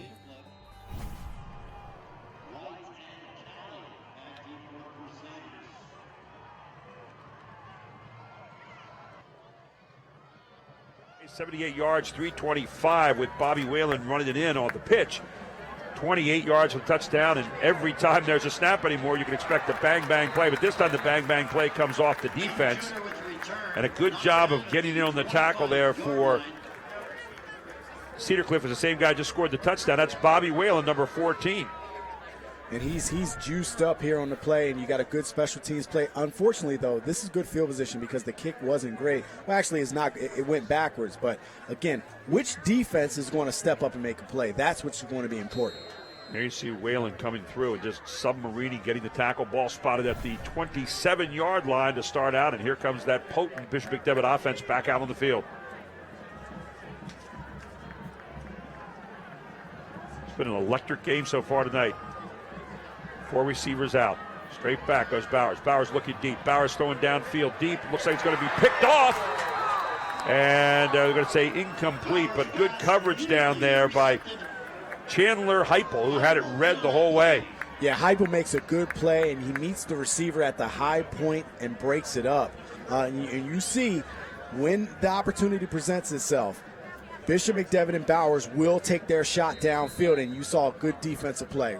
Good recognition. Great work by the offensive line there, and the pass blocking that time. So second down now, 10 yards to go. Ball still at the 27-yard line. McDevitt with the football. We're kind of disappointed we didn't see a score on a play, right? It went like 2 or 3 plays here. Been spoiled all night long. Here's your handoff. Michael Jones over the left side, fighting his way down there, being brought down by Jaden Demi. And you see Demi come from the outside linebacker position on the left side. He reads the play, comes all the way down the line, sticks his nose in, and gets the tackle. Demi did a nice job, too, of breaking up what looked like it was going to be a pretty good run. Here's see Colin Gillen over there on the sideline. Be third down now, make it 6 yards to go. Straight back goes Bowers. Pass to the outside. He's got his man wide open. Once again, it's Bryce Hall. And Bryce Hall's going to get the first down here as he gets out across the 40-yard line to about the 43. And again, as a quarterback, when you have that much talent on the outside, you can just get the ball out there. And there you see Bowers' arm. The hardest route to throw is a deep out. He puts that on a rope right to his receiver. Bryce Hall is able to get up, snatch the ball out of the air for a first down. Talk about a nice tight spiral, too. Man, he's got it every time. So first down and 10, ball out to the 40-yard line now for the Crusaders, and they're marching again. Handoff right up the gut. Here goes Jones. Out over the 45, out to near the 48-yard line on first down carry. In on the tackle is Ryan Chopert for Cedar Cliff. 3-yard gain of the play. It'll be second down and 7 yards to go for the 42-yard line. And there you get a good look at Bowers, who's having a pretty sound game right now, orchestrating the offense, taking his shots when he needs to, also being able to put it on the ground and run. Bowers with 18 touchdown passes on the season, over 1,500 yards passing. He drops the ball this time. Bowers going to try to get out of trouble and is not going to be able to do so, just trying to dive back to the line of scrimmage. Bowers does get back near the original line of scrimmage, maybe a loss of 1 on the play.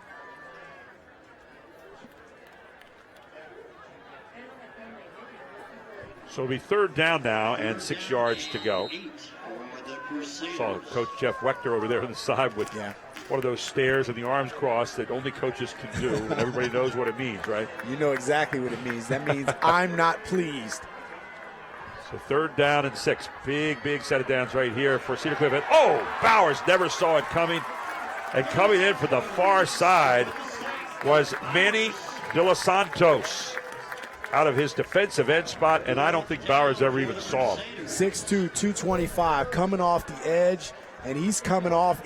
He's getting blocked, but he's able to keep coming, bringing that heat, and he's able to make the play. Bowers did well to hang on to this. Watch him put it in his left hand here, and he waving out there for a second. He finally tucks it away, but De Los Santos with a huge sack here, and now you're going to have penalty flag down, should be delay of game. Illegal procedure against Bishop McDevitt. That'll take him back 5. And that's what I like to call a motor sack. And that's when the defensive player he keeps coming regardless if he's blocked or not, and he comes up and makes a sack. Brilliant play on 3rd down, bringing up 4th down. McDevitt has to punt. Here's Matt Geiger is going to kick it out of there for McDevitt. Almost blocked back there. Geiger gets it away, and you got a fair catch called at the 42-yard line. 1st down and 10 for Cedar Cliff as they set up shop there. Our games tonight so far, Central Dauphin beating Carlisle in the 2nd quarter. That's 24-7. And Cumberland Valley, 41, Mifflin County, nothing. That game also in the 2nd quarter. Cumberland Valley rolling tonight so far. And, of course, next week on ABC 27, we've got Cumberland Valley at Central Dauphin in one of the big games of the year. Can't wait for that one. Yeah, that'll definitely be a big one. That Central Dauphin team is just a train right now. Here's Brenneman, fakes the handoff. Looks like a broken play this time. Brenneman gets caught back there. Brenneman with the keeper. Brenneman went to hand it off, and now he's talking. It was a broken play that time, and Demi didn't quite have what he was supposed to have. Yeah, it looked like Brenneman went the wrong way, or Demi went the wrong way. Somebody did, and it left your quarterback stranded a little bit. It's always hard to watch when you see a player, a ball carrier get rolled up like that. It's good to see that Brenneman gets up without any problems, but you see that leg underneath. You're wondering if that could be a bad situation. Loss of 2 on the play. We tick down near 5 minutes now. 5:04, 5:03. Now 5 minutes to go here. 2nd down at 12 for the 41-yard line. Brenneman rolls right, looking downfield. Brenneman's got his man open. Great coverage on the outside. And once again, it was Bryce Hall doing it on the defensive side this time. Just perfect coverage out there. And when you have a 6'3" corner out there, with his range, able to play defense, that's always a good thing. And you see just great coverage on that play. Look at this. This is a great angle to see this. Just perfect coverage that time by Bryce Hall. Brings up a 3rd down and 12 here for Cedar Cliff. So both defenses stiffening right now after we saw this offensive barrage for a while. And we're under 5 minutes to go here to the half. So another huge set of downs here defensively for Bishop McDevitt. 3rd and 12. So far, Cedar Cliff 3 for 5 on 3rd down.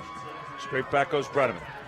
Getting pushed out again, and Brenneman manages to roll away. Brenneman looking downfield. And Brenneman just throws a little jump pass right there. It's covered up perfectly by JoJo Heaton Jr. And will it be a 1st down? No, I think it's way short. Yeah, way short. Way short. But again, that was a covered sack. There was no receivers that were open.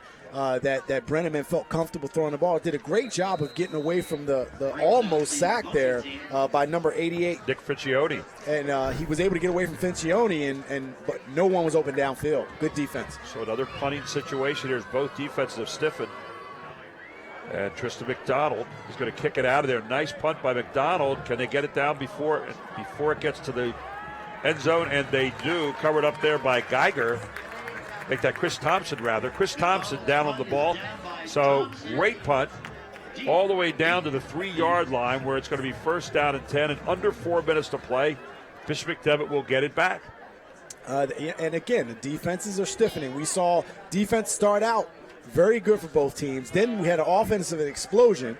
We're able to get points, 14 on each side, and now the defenses again have stiffened up. Let's go down to Archie Smith Jr. Archie, what's going on defensively down there? Both these defenses have gotten a little tougher here in the second quarter. I mean, guys, now the game is starting to settle down. The football. And they do. Cedar Cliff has covered the football here.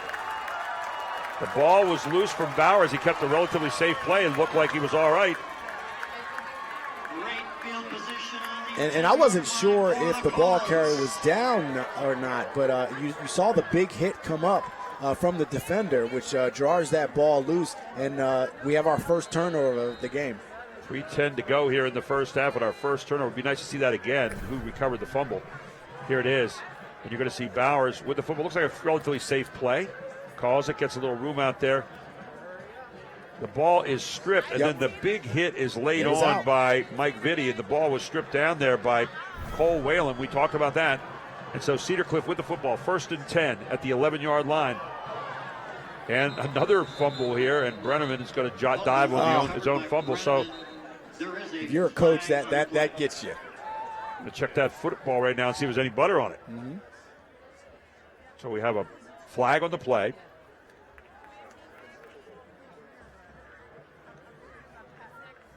So illegal procedure against Cedar Cliff. Illegal procedure. You may see that. Might see that declined. There it is. Yep. It is declined. Get the advantage of the down on that. So it'll be second down now, and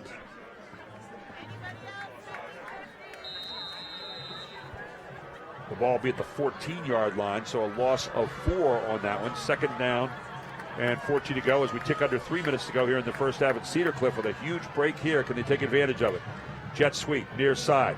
It's going to be a quarterback throw to the end zone. It's going to be intercepted on the end zone. Intercepted by Joe Heaton as he was reading it the whole way. It was a halfback pass and just never looked good for the time it started. Gary, there was like 3 defenders sitting right there. I mean, that's a ball you don't throw. You just throw that out of bounds or out of the end zone. You don't just chuck it up. And, as you see Vitti put it up in the air, you got 3 defenders sitting there. Heaton was sitting right on the goal line waiting for it. I mean, this is like playing center field. He was never open. I mean, there was no situation where the receiver's open on that play. And I think Vitti saw pressure coming, so he's thinking he had to get rid of it and tossed it up, interception. Blown opportunity by Cedar Cliff. So here comes Bishop McDevitt now. So turnabout is fair play. 1 turnover either way. Bowers to the outside. He's got his man open. And again, a drop ball out there. Bryce Hall this time dropping it. And that's something you don't see very often so far in this game. This is the second or third drop by these receivers. As talented as they are, they have to be able to pull this ball in and help their quarterback out. Thrown a little bit behind the receiver, but still very catchable ball. So it'll be second down and 14. Clock stops on the incomplete pass. 2:36 to go here until the half. Bowers is 5 for 11 so far for 40 yards in this one. And he's probably had at least 3 balls that have been dropped on him. So it'll be second down. 10 to go. Out to the flat it goes. Kobe White's got it. Kobe White can be dangerous right here in the open field. Steps back. Keeps going down the far sideline and out to about the 45-yard line.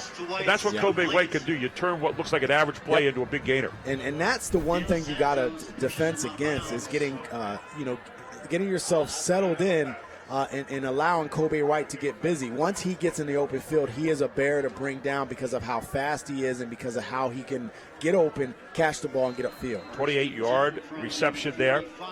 As it'll be first down and 10, ball out at the 45-yard line. Don't forget, at halftime, we got the Hall of Fame induction ceremony here, a special interview with Sherry Brenneman and Socks and Sweats campaign at the Highmark halftime report. Of course, your Pack Financial halftime stats all out ahead here on our Highmark halftime report. A long pass downfield, nobody home this time.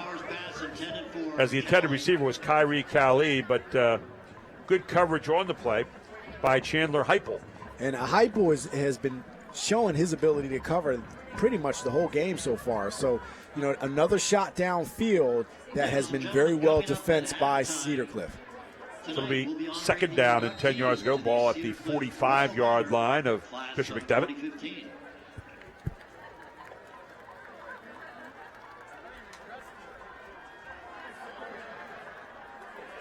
There you see the Cedar Cliff sideline intently watching right now defensively. Straight back goes Bowers.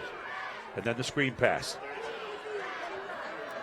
We've got Michael Jones. Michael Jones all the way down the far sideline. Michael Jones finally dragged down near the 12-yard line by Jaden Demi, but not before he gets 43 yards on the screen play. And that was a brilliant call.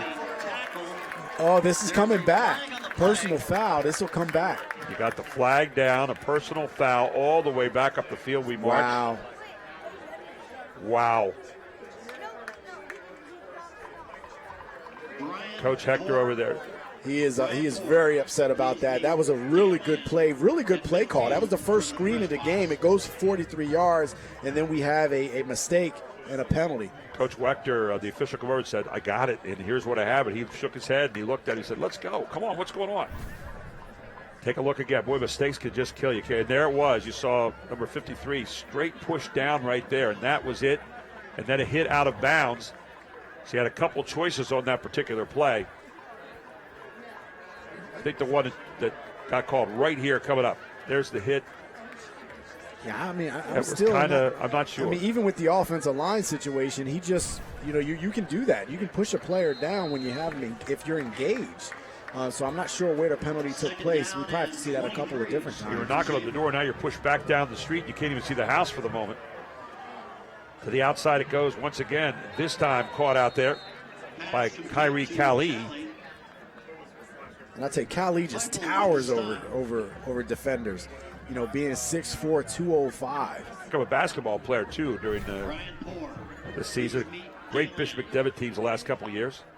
Look at Kali. Just manages to kind of dance around, catch a great pass, and then get your footing. And look at that throw. I mean, again, that tight spiral that Bowers throws on those ropes, on those outs. I mean, he really puts some juice on those. So third down and 13, ball at the 41-yard line of Bishop McDevitt. Bowers looking. Bowers right up the middle, being smelled out of there, and this time he is going to be taken down in the backfield by who else?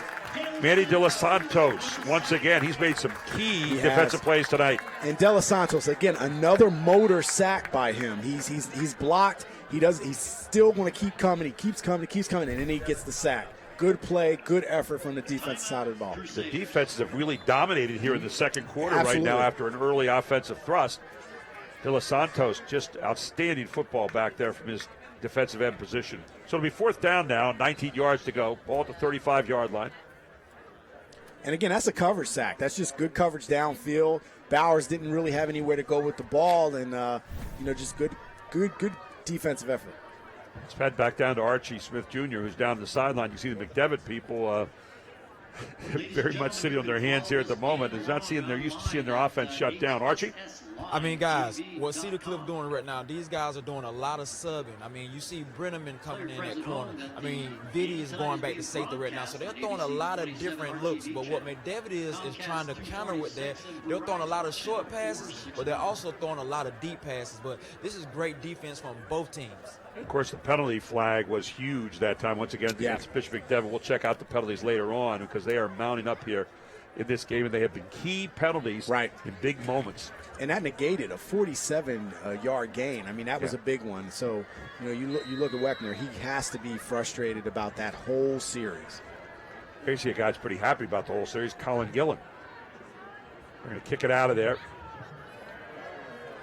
as Geiger kicks it away. And it's going to be down inside the 35, rolls down near the 32 to near the 31. And now you can touch it, they said. So 1:25 to go here in the first half. 14-14, Bishop McDevitt and Cedar Cliff locked up in a good one here in the Keystone battle for the lead here midway through the season. Well, it's everything we thought it would be, and which is a real competitive contest. I actually thought it could potentially be more scoring, but again, the defense has settled down. Archie had a good point. Now that all the hoopla about the game is over, it's settled down, and it becomes football, and you see these defenses start to step up. We have featured the offense for the first good quarter, and the second quarter has been featuring the defenses. Let's see if that changes here. There's Brenneman. Looking to the outside. Got a man open out there. As they're going to hook up this time with Tristan McDonald for a short gain. For Bishop McDevitt, keeping everybody in front of you right now.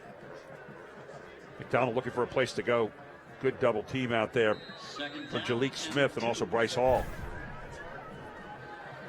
So second down, 2. Handoff. There's Demi. Demi over the right side. He'll get the first down on that play. Brought down by Vinny Salamone over there. And Demi just gets upfield north-south. That's exactly what you want to do. He's able to get the first down.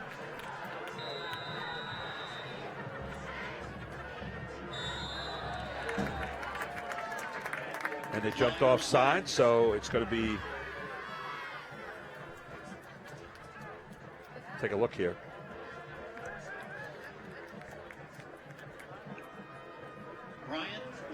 So flag down.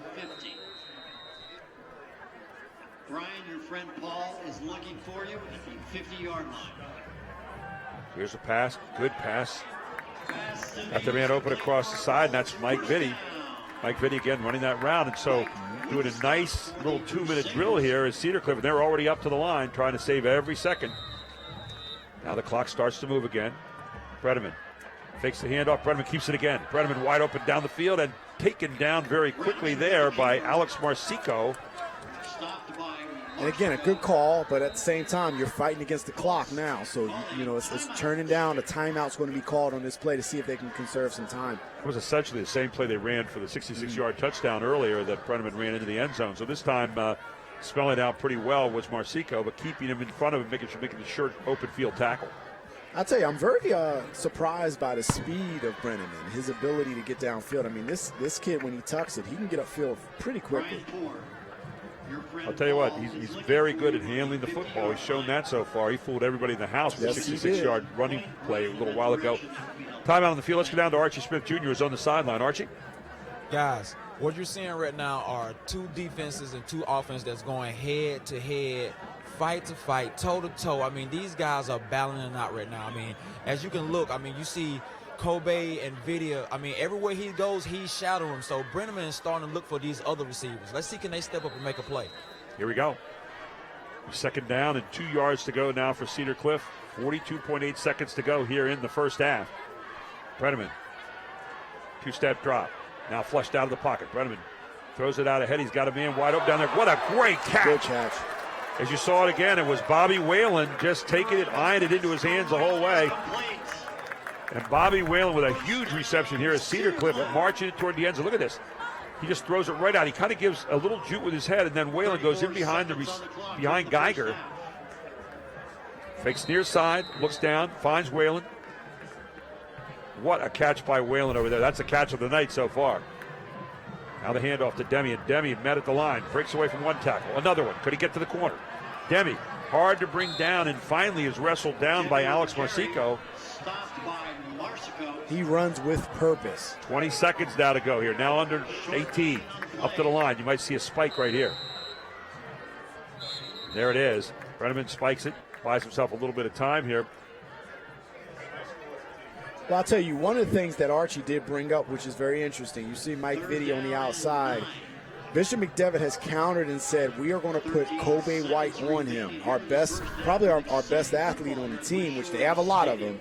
And now the goal is to try to take Vitti out of the game if they can do that. Kobe White has shown and made really good plays so far against him. So very good matchup to keep an eye on the outside. Now with 13.8 seconds to go here in the first half, and you got 3rd down and 9. You've got 2 downs.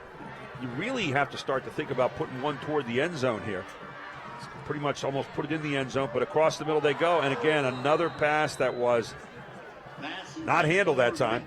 Put it right in the chest of Tristan McDonald, did Bredeman. And so it's 4th down now. And so with 10.9 seconds to go here in the first half, here's a question. Do you go for the first down? Do you go for the touchdown? Well, they have 2 timeouts. So if it's a quick play, you can inch a little bit closer, but that'll probably put you in the field goal range. Your next play is a field goal. Well, but you're 4th down, so it's 4th down. Oh, it's 4th 9. down. Yeah. So there you go. So you got to see if you can get. My thought is you go for 6. Got a wildcat going on right here. You got Reed Bertram in there. You want to kick? And Reed Bertram trying to kick it. Instead, it's tipped. Look out. Bishop McDevitt heading down the field. Bertram's the only one who can get to him. And Bertram can't get him. And a tip, and what a play to end the first half here as Geiger is going to go into the end zone off the blocked punt that time. Matt Geiger all the way down the field, 63-yard touchdown. What a play to end the first half. It's 20-14. Bishop McDevitt turns it around just like that. Just like that. I mean, you think about it. You're going in with an opportunity to go up 3, and you go down 6, possibly 7 on the play. Block kick. This is not what you wanted to have happen to you at the end of the half. That gives all the momentum to Bishop McDevitt. And there's Reed Bertram in there trying to do his job. Again, your injured kicker plays a role in the game right here, but that was just a great athletic play that time. And Geiger comes up with a defensive play here. Now the kick is down, and this kick is blocked. Kick is no good. So Cedar Cliff answers the bell. They don't run it back this time, but it's 20-14 here at the half. We've got your Highmark halftime report coming up in just a few moments. Interview with Sherry Brenneman. You've got the Hall of Fame induction ceremony coming up. Sherry Brenneman's going to be talking about socks and sweats campaign and the Pack Financial stats, and we'll go over all the highlights of the first half. There were a lot of them here. 20-14 at the half. Bishop McDevitt leads Cedar Cliff. Right here on High School Sports Live TV. It's all on ABC 27. Dealerships loves to give back to the community and has been doing so for 95 years. This month we would like to raise awareness for our Wounded Warriors by supporting the Wounded Warrior Project. The Brenner family of dealerships is giving away a 2015 Harley-Davidson Dyna Lowrider with 100% of the ticket sales being contributed. You can purchase a $10 ticket at any of the Brenner family locations. Brenner Nissan and Brenner Chrysler Jeep on the Carlisle Pike, Mechanicsburg, and Brenner Pre-Owned on Paxton Street in Harrisburg. Complete details can be found at Brenner. Karen has 459 friends, but none of them made sure she got home okay. None of them suggested she skip the next drink, try a glass of water, or maybe just call it a night. Karen has 459 friends, but tonight, what she really needed was one good one.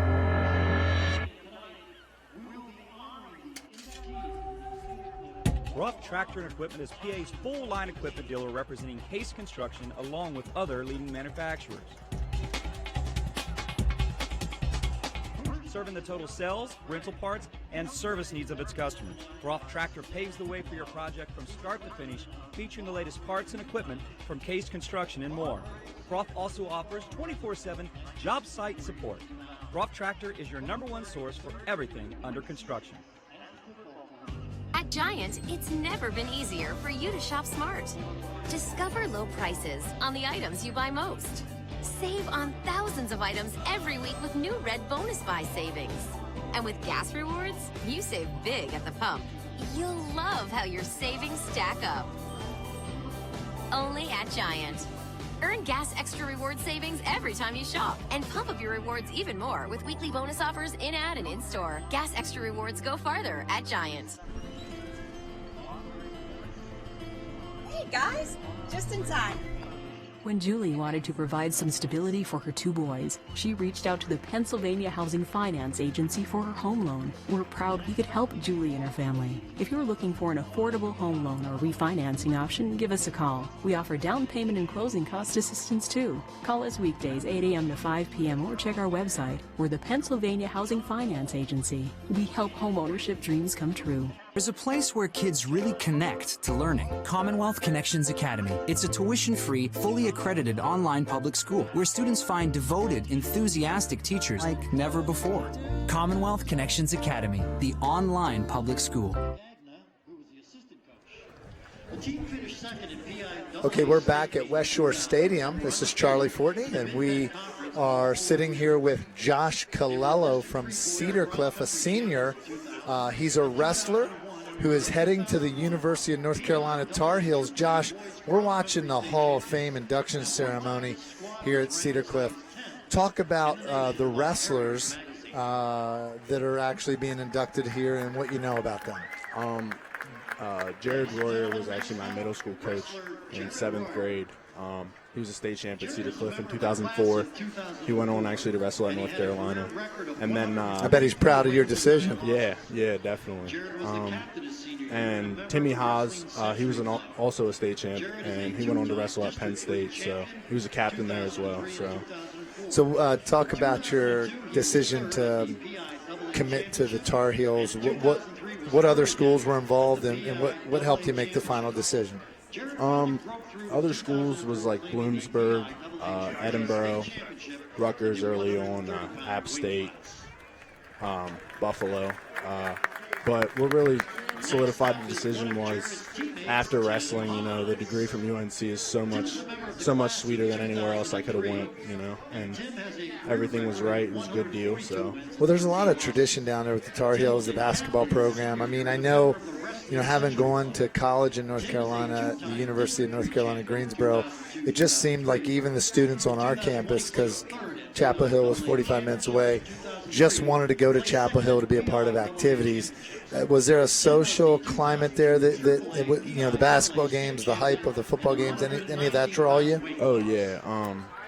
It's a big school, you know what I mean? So, yeah, it was definitely awesome. I went on a football game. I was on the sideline. I hung out with the wrestling team and stuff. So it was just a good atmosphere. They do a lot for their athletes, and yeah, so it was awesome. And we're watching the Hall of Fame induction ceremony here at Cedar Cliff High School. It's a little bit of an extra long halftime. There's about 15, 16 minutes on the clock here. We'll be back with some football, but we do have a special interview coming up with Sherry Brenneman of the Cedar Cliff High School Socks and Sweats campaign. She's going to talk about the students' involvement and the things that she has done to help get them involved in the work she's done. We got a lot prepared, the Highmark Halftime Report with Gary, Archie, and Jerome. So we'll be back in a little bit with a special interview with Sherry Brenneman. Did you know that the Cleveland Brothers is much more than just earth-moving and construction machines? We're rental and standby generators. We're truck engine service. We're Soul air compressors. We're global pumps and so much more. Visit us at clevelandbrothers.com. True Vision Realtors is the most enthusiastic and innovative real estate firm in Central PA, offering multiple programs for sale by owner to full service. They are a locally family-owned business. They are serving you for buying and selling needs. To catch the true vision for your housing future, call Nick and Jody Pendolina at 717-925-9095.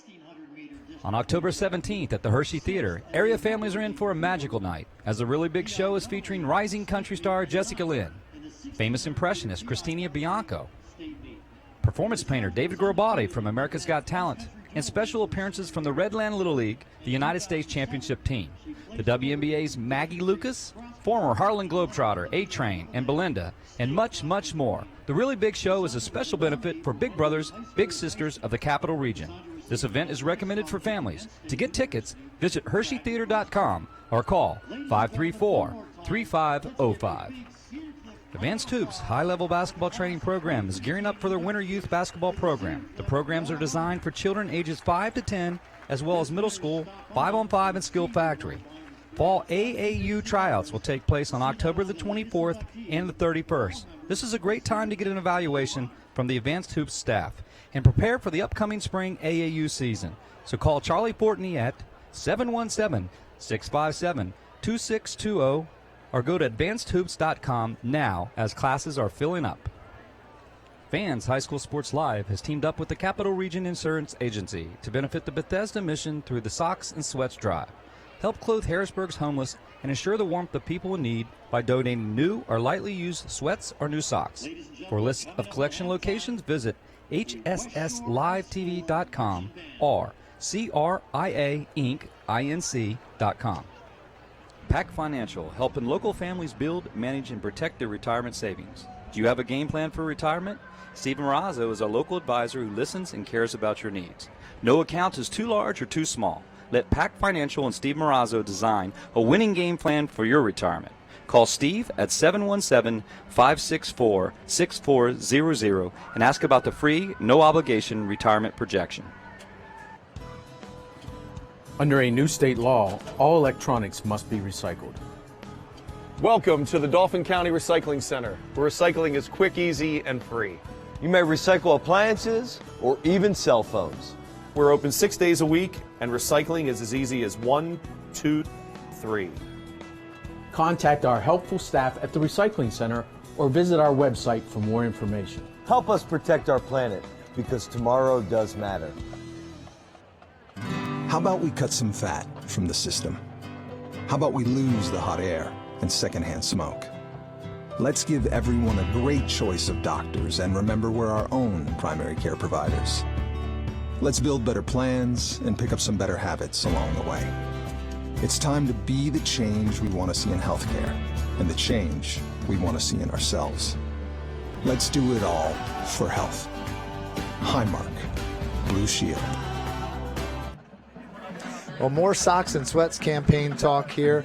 Sherry Brenneman, boy, you must be nervous. You have a son out there playing quarterback in one of the most brutal sports in America here. It's 20-14. We can talk about the football game, but right now let's talk about an exciting campaign going on. You've been a parent that's been really teaming up with Capital Region Insurance Agency and the Bethesda Mission, and Cedar Cliff has set a great example. I'm looking at the bins before the game, and I peeked at them a little earlier. They're starting to fill up. Talk about the campaign and how the Cedar Cliff community has gotten behind the Bethesda Mission's Socks and Sweats campaign. Well, yeah, the Bethesda Mission Socks and Sweats campaign is something that our players and our school community really jumped on board to support. We have a good foundation here at Cedar Cliff of reaching out to those in need. And so when we were invited to take part in this, we were very excited and very humbled to be able to help make a difference for people really just a few miles from our home. And you like me, probably realized in the process that how big a need this was. I know we do a lot with Central PA Food Bank, and we're going to be talking to them next week about the hunger awareness, but just the homeless people. I mean, Barry Davis was interviewed a couple weeks ago from the Bethesda Mission, and he had said that this might be the worst winter ever for homeless. And Chuck Wingate before the broadcast talked about 2 homeless people dying last year because they couldn't be warm. But we just appreciate your efforts, and I know it's a good example to your son. I do have a question. What do you predict the second half's going to be like? Oh, of course, I predict that Cedar Cliff will take this to the house. This is talking like a true parent of a quarterback that has confidence. All right, we'll be back after these messages with some more Highmark Halftime Report. We have a special interview with Jake Adams of the Carlisle Sentinel, and Gary Sutton will be conducting that. We'll be back after this. Dealerships loves to give back to the community and has been doing so for 95 years. This month we would like to raise awareness for our wounded warriors by supporting the Wounded Warrior Project. The Brenner family of dealerships is giving away a 2015 Harley-Davidson Dyna Lowrider with 100% of the ticket sales being contributed. You can purchase a $10 ticket at any of the Brenner family locations: Brenner Nissan and Brenner Chrysler Jeep on the Carlisle Pike, Mechanicsburg, and Brenner Pre-Owned on Paxton Street in Harrisburg. Complete details can be found at Brenner. Right now at Pizza Hut, you can get any 2 medium pizzas for $6.99 each. Choose any crust, any sauce, any toppings. So go for it, America. Get any toppings, any crust flavor, anything you want on any 2 medium pizzas for just $6.99 each. Only at Pizza Hut.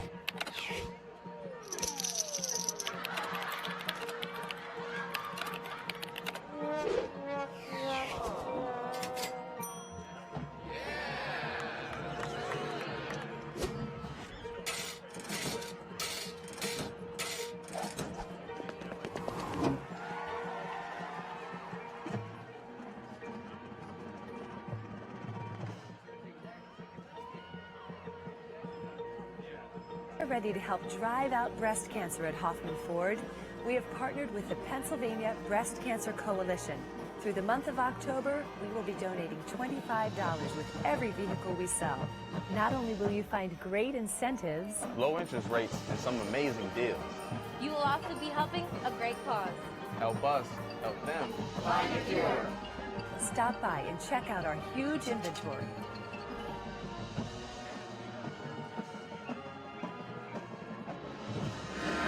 Welcome back to West Shore Stadium here, where it's 20-14 at the half. Fisher McDevitt with a huge blocked field goal effort at the end of the first half, winning this one 20-14. Their extra point was blocked as well. And we continue our Highmark halftime report with Jake Adams here from the Carlisle Sentinel. Jake, great to have you up here on the deck. Thank you very much. Jake, you watched the first half. It was a little bit of everything. We saw the offenses highlighted there in the first quarter. The second quarter was pretty much the defensive story. And then the huge special team block punt there, really a big play to turn the whole half around. Yeah, and you kind of wondered going into this game, I mean, what was going to happen because McDevitt's coming off that tough loss there, and Cedar Cliff has been rolling. And like you said, we get a little bit of everything here, which is, if you're a football fan, that's a great thing to see. I mean, you got the sacks there, you got some nice big plays. I mean, the block field goal. I mean, who's going to see that coming, though? That was amazing. We're the 7th game of the season now. We're moving toward the playoff times, districts, and, of course, states down the way. What have you seen out there so far? You've been all over the place. Yeah. I mean, unfortunately, I haven't gotten to travel this far out of Cumberland County, but and it's not that far at all. But, Carl, I mean, the receivers out there that I've gotten to see a few games of them now, Zion Patterson, the Barnes cousins there, I mean, they're making spectacular plays out there. I mean, that offense is going to put up yards no matter what. I mean, you've got Brian Malone with Bowling Springs. They're doing pretty well right now, 4-2, and he's churning out yards in pretty good games. And, I mean, the one thing I've been impressed with, I haven't gotten a chance to see him yet, is Onassis Neely with East Penn. He's really taken over there with Kyron Dennis there, who's established back. And East Penn's looking good once again. That Colonial might make it 2 years in a row. Tavon Bowers tonight, Grant Brenneman, they've got to impress you a little bit, too. Oh, I mean, I haven't seen Bowers play before, but Brenneman, and he's been so efficient all year. I mean, to come in like he did as a sophomore last year and then just to take this next step this year, I mean, it looks like he's trying to avoid every single mistake, and he gets away with it. He makes such great plays there, and Bowers is impressed with his legs. I mean, both quarterbacks, too. I mean, Brenneman with that big run there, too. Yeah, of course, Brenneman with the 66-yard touchdown run, and Bowers with a big one himself.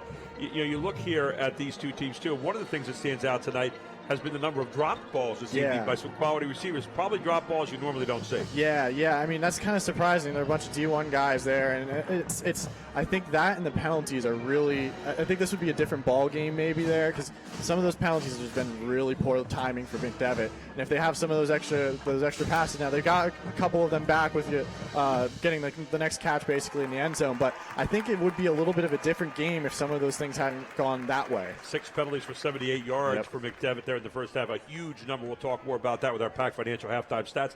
Jake, always good talking to you. Thanks so much for stopping Thank you so much for having me. And read Jake in the Carlisle Sentinel. We'll be back with more on our Highmark halftime report. We'll have our Pack Financial halftime stats. We'll have highlights for you coming up. And a little bit of a comment from Jerome and also Archie right here on the deck at West Shore Stadium. It's your Highmark halftime report. 20-14 at the half. Bishop McDevitt leads here on High School Sports Live TV on ABC 27. True Vision Realtors is the most enthusiastic and innovative real estate firm in Central PA, offering multiple programs for sale by owner to full service. They are a locally family-owned business. They are serving you for buying and selling needs. To catch the true vision for your housing future, call Nick and Jody Pendolina at 717-925-9095. On October 17th at the Hershey Theater, area families are in for a magical night as the Really Big Show is featuring rising country star Jessica Lynn, famous impressionist Christina Bianco, performance painter David Grobati from America's Got Talent, and special appearances from the Redland Little League, the United States Championship team, the WNBA's Maggie Lucas, former Harlan Globetrotter, A-Train, and Belinda, and much, much more. The Really Big Show is a special benefit for big brothers, big sisters of the Capital Region. This event is recommended for families. To get tickets, visit HersheyTheater.com or call 534-3505.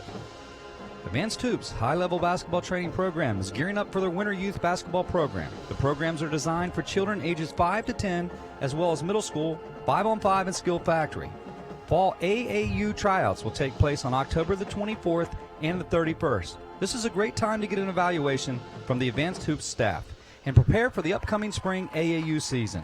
So call Charlie Fortney at 717-657-2620 or go to advancedhoops.com now as classes are filling up.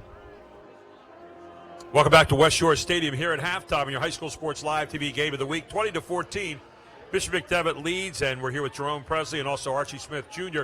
Guys, if you look at these numbers at stats at the half, 7 first downs for Bishop McDevitt, 9 for Cedar Cliff. That kind of slowed down there in the second quarter. Those two teams like they were going to run off maybe 10-15, but that slowed down markedly. Good defense in the second quarter by both. Yeah, I think the defense came alive for both teams. In the first quarter, we saw a lot of offense, a lot of, the jitters are out.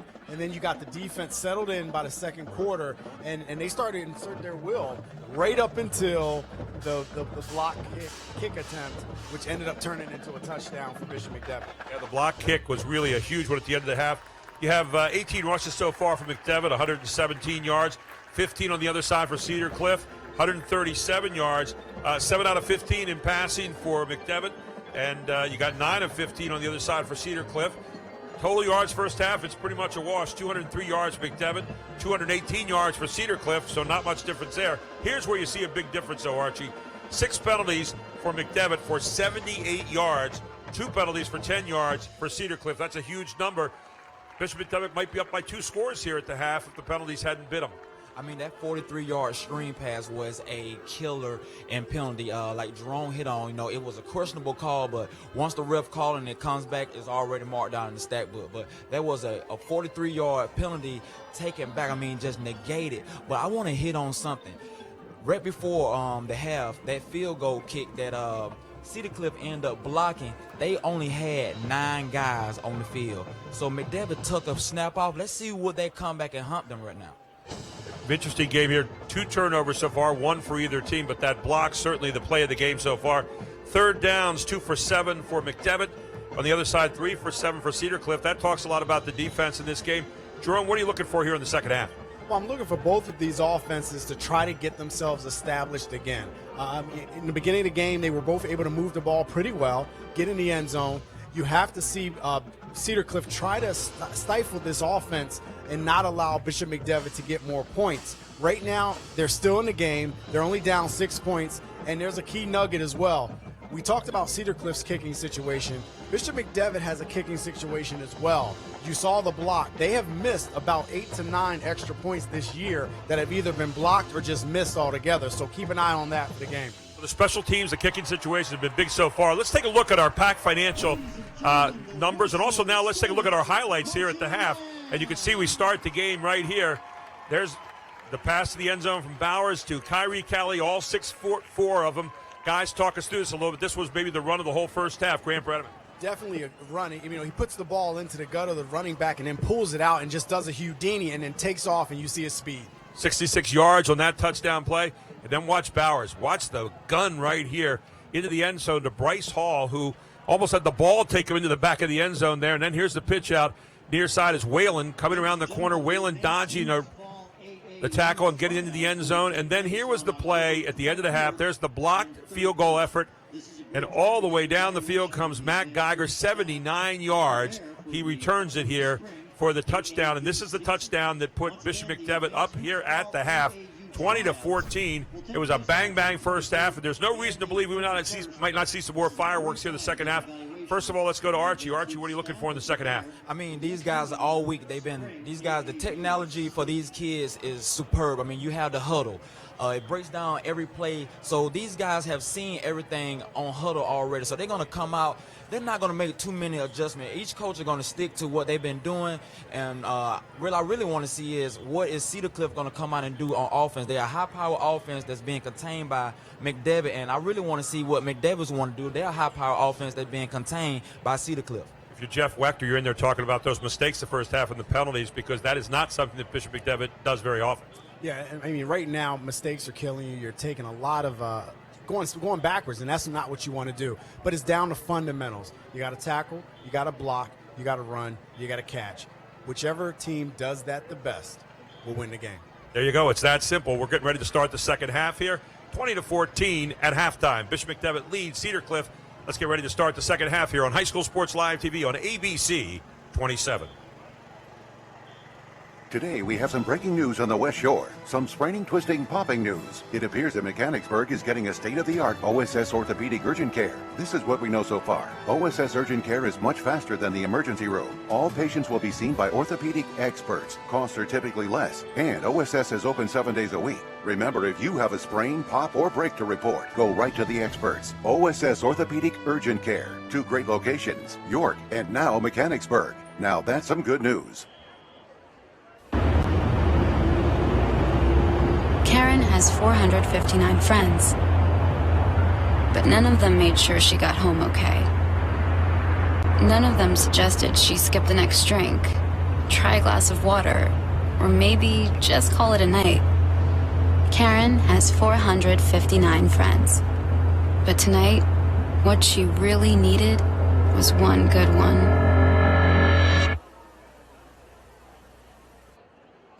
How about we cut some fat from the system? How about we lose the hot air and secondhand smoke? Let's give everyone a great choice of doctors and remember we're our own primary care providers. Let's build better plans and pick up some better habits along the way. It's time to be the change we want to see in healthcare and the change we want to see in ourselves. Let's do it all for health. Highmark, Blue Shield. Karen has 459 friends, but none of them made sure she got home okay. None of them suggested she skip the next drink, try a glass of water, or maybe just call it a night. Karen has 459 friends, but tonight, what she really needed was one good one. No regrets. If only she parked in a garage. If only they had the chimney cleaned. If only they had Erie Insurance. Erie is seriously good insurance that treats you fairly and goes above and beyond to make you feel like your auto or home mishap never happened. At rates that'll save you as much as the other guys. So get a quote from Erie today. Because whatever your regrets in life, your insurance company shouldn't be one of them. Erie Insurance. The Colts have Vitti and McDonald back deep to receive this kickoff. Coming up in this second half of football. Welcome back to West Shore Stadium here, where it's 20-14. We're getting ready to start the second half, and Bishop McDevitt getting ready to kick off. Our scores, by the way, from tonight. We've got in here right now Central Dauphin 38-14 over Carlisle, CV 16-6 over Mifflin County, as the ball's going to be taken back there by Cedar Cliff and run on out by Vitti, all the way out to the 26-yard line. And we've also got a big one tonight, Palmyra and Camp Hill, and right now in the third quarter, Palmyra leads Camp Hill 14-7. So a barn burner there so far, and we'll keep you updated throughout the game here on High School Sports Live TV. Cedar Cliff gets the ball to start the second half. They're down by 6. The kicking game has figured prominently here with blocked field goals and blocked extra points at the end of the half. So Bishop McDevitt up by 6 right now, and let's see what Cedar Cliff has done out of the locker room. Grant Bredeman in shotgun. Ball at the 26-yard line. Bredeman with the handoff to Demi right away, and Demi is brought down. And I'll tell you what, we've called this guy's number a lot tonight for Bishop McDevitt. He's number 88, and he is Nick Friccione, and he's been in the bottom of a lot of plays so far this evening. He starts the second half with a good defensive stop there on Demi. And that's what you're going to want to see both defenses, again, try to establish themselves. As we said in the second half, the defense is tightened up. And now, which offense can kind of break through? So important to get to Demi's feet there before he gets any kind of wind build up and gets going, because once he gets going, he's a load to bring down. Second down, only 1 yard gain in the last play, 2nd and 9. They put Whalen in motion. Bredeman short pass right across the middle. Got his man on the slant, wide open down there, and it's Tristan McDonald. Just ran a simple slant from the far side. And again, good play, slant route, ball on the money, get that positive yards, 3rd down and 1, very manageable for the Cedar Cliff team. So 3rd down and 1, ball out at the 35-yard line. Wouldn't be surprised to see Bredeman keep it on this one. You see the signals being flashed in from the far sideline for Cedar Cliff. Might be a Demi handoff as well. And there he is. Demi gets the ball, and Demi is going to fight. He gets the first down. Good tackle on the play by Jalik Smith, but not before Demi gets the first down for Cedar Cliff, and they continue to march. And one of the things I like about Demi is his balance. He is able, if you ever notice, he rarely goes backwards. He has a good lean forward, and he has very good balance. So when he gets hit, he always seems to fall forward. That is a good trait for a running back. So you start out with the short 2-yard run by Demi. You run a slant across the middle, gets a 3rd and 1. You run Demi for a couple more yards. So they're mixing it up a little bit. Good balance here for Cedar Cliff. Here's a handoff to Demi again. Demi stops, tackled again, and brought down. Good tackle on the play by Jalik Smith, who's in there once again. And again, you got to Demi early there, got to the feet early, and Smith able to bring him down for little or no gain. It'll be 2nd down and 10. And again, good defense at the line of scrimmage. They don't want to get Demi going. And we'll have to say this. Demi has not had a big game today. Bishop McDevitt has done a really good job containing him in both the passing game and the running game. What Demi has served better at tonight so far has been kind of the decoy. Yep. Brenneman scored the touchdown after everybody went to Demi, and he took off for the 66-yard scamper the first half. Brenneman being rushed. Brenneman throws it deep. Has a man open down near sideline. Inside the 40, down to the 30. And he had his man open. That was Trey Neal. He just threw it out there and let Neal kind of run underneath it. He took a shot on a delayed blitz right in his mouth, too. As you can see, Demi's looking downfield. He throws the ball, and bam, he gets hit right as he throws it. And I'll tell you what, Joe Heaton does not get beat that often, but he throws this rainbow out in front of Demi and lets him run under, or rather, McDonald make that Neal and lets him run underneath, and we'll get it right on the 3rd time. And a 32-yard pickup on the play, and here's Cedar Cliff on the march again. Ball at the 30-yard line of Bishop McDevitt. He fakes the handoff, rolls right. Got a man on the far side, wide open, and he gets it. It's going to be near the 1st down, but just short. As a good out pattern run that time by Tristan McDonald. And a really good ball. We saw Bowers on the other end throw those deep outs. You're seeing on the other side, Brenneman puts it on the money. Both quarterbacks are very accomplished, and they're doing – you can see the arm strength in these guys. What's interesting on Brenneman that time is he's rolling out and throwing it. You're seeing on the other side Bowers tonight, pretty much a drop back kind of passer will set his feet. Brenneman not able to throw it on the run, not afraid to throw it on the run rather. So it'll be 2nd down here and 1 yard to go at the 21-yard line of Bishop McDevitt. Look for Demi to get this one, or maybe you waste a play and go for the end zone. Who knows? There's Demi. And again, slowed up by Geiger, but Demi's going to get forward and get the 1st down.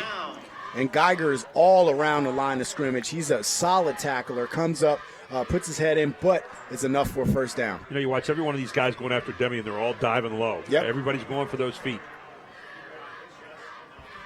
So we 1st down. Ball at the 20-yard line. New set of downs for Cedar Cliff as they continue to march. They're down by 6, 8:43 to go here in the 3rd quarter rather. High in the backfield, double receivers out both sides. There's a quarterback sneak, and this time quarterback across the line. Brenneman's got the 1st down and more. And that one I'm not sure if was a design or did Brenneman just see the C open. He saw it open up and it just took off. And again, Gary, we talked about it from the beginning. His speed is deceptive. This kid can get upfield quick. I think it's the quarterback draw the whole time. You can see it. He just stands up, sells it, has receivers out on both sides, and Brenneman in for the 1st down. 8 rushes tonight so far for 80 yards for Brenneman. So Grant Brenneman making his feet answer the call here tonight. So it's 1st down and goal for Cedar Cliff. Here's Brenneman rolling left side, being pressured, throws to the end zone. He's going to throw it deep over Vitti. Well covered down there by Bishop McDevitt. And again, Kobe White is locked in on Vitti the entire time, and we have not called his name a lot for big plays. We've called him on short passes, but he has not gotten big plays, and that's typical. That's typically something he does easily. And that time just ran out of field, and good coverage down there by White on Vitti again. We got a timeout on the field. We'll take one as well. 8:19 to go here in the 3rd quarter, 20-14. Bishop McDevitt leads. We'll be back with more on High School Sports Live TV on ABC 27.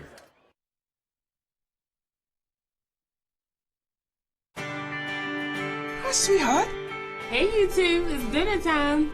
When Marcus and Michelle were starting their family, they came to the Pennsylvania Housing Finance Agency for their home loan. We're proud we could help Marcus, Michelle, and Mia. If you're looking for an affordable home loan or refinancing option, give us a call. We offer down payment and closing cost assistance too. Call us weekdays 8 a.m. to 5 p.m. or check our website. We're the Pennsylvania Housing Finance Agency. We help home ownership dreams come true. At Giant, it's never been easier for you to shop smart. Discover low prices on the items you buy most. Save on thousands of items every week with new Red Bonus Buy savings. And with gas rewards, you save big at the pump. You'll love how your savings stack up. Only at Giant. Earn Gas Extra Rewards savings every time you shop. And pump up your rewards even more with weekly bonus offers in-ad and in-store. Gas Extra Rewards go farther at Giant. Well, the player who you see limping off the field right now is Grant Bredeman. He looks like he's walking off. He might have had just a cramp. It looks like the way they were dealing with it was a cramp. But he'll have to come out of the game for one play. And that means on second down and goal to go from the 8, you're going to have a new quarterback in there, and that would be Bobby Whalen, number 14, who already scored a touchdown here tonight. So Bobby Whalen in there, and what do you do right now? You think maybe Bredeman's going to be coming back the next play? This is kind of going to be an interesting call. You may see a run play. I mean, they may put it up, and it looks like they're going to do that. And almost tipped at the line of scrimmage. So a tricky call right there. Let's see if Bredeman gets back into the game here. No, Whalen's going to stay in. Oh, Bredeman's going to come back in right now. And that's a lot of confidence in your backup quarterback. You get him in the game first play after an injury, and he's throwing a pass. You're going to hear a rousing applause here from the Cedar Cliff faithful because Bredeman's back in there now. So Bredeman apparently with a cramp, out for one play. So it'll be third down now and goal. Same look we saw before on the quarterback draw. You got Demi back there to block. Bredeman guns it for the end zone. Has his man open. It goes right down, and no, it's going to be incomplete. Had Vitti open and threw it. Looked like he had Vitti in the gut, but drop ball there. So it'll be fourth down. And you remember the last time they went for a field goal and it got blocked and a touchdown run all the way back by Geiger, 79 yards. So you wonder if they probably, especially with their kicking woes right now, may not just go for this in fourth down. Definitely, and again, both teams have kicking issues. So, when you get into situations, they're going to be 4-down territory for both teams for the most part. Reed Bertram, of course, the kicker for Cedar Cliff, but he'll not be brought in this one. So Bredeman sending 4 out. Bredeman straight back. Pass to the backfield. He's got Demi. He's going to let Demi get in the open. Demi dives to the end zone. Demi in for the touchdown from the 8-yard line, and we have a tie. And now the feet decided again here. Will Cedar Cliff go up by 1? And again, this was a brilliant design play. Just a swing pass to the outside, Demi. And what you usually do is you have your receivers clear out, and then let your receiver, your running back do the work. And he's able to get upfield. And we talked about him being an accomplished receiver out of the backfield. 5th touchdown catch of the year. So now Reed Bertram is in there to try the extra point. This would put Cedar Cliff up by 1. And the whistles blow.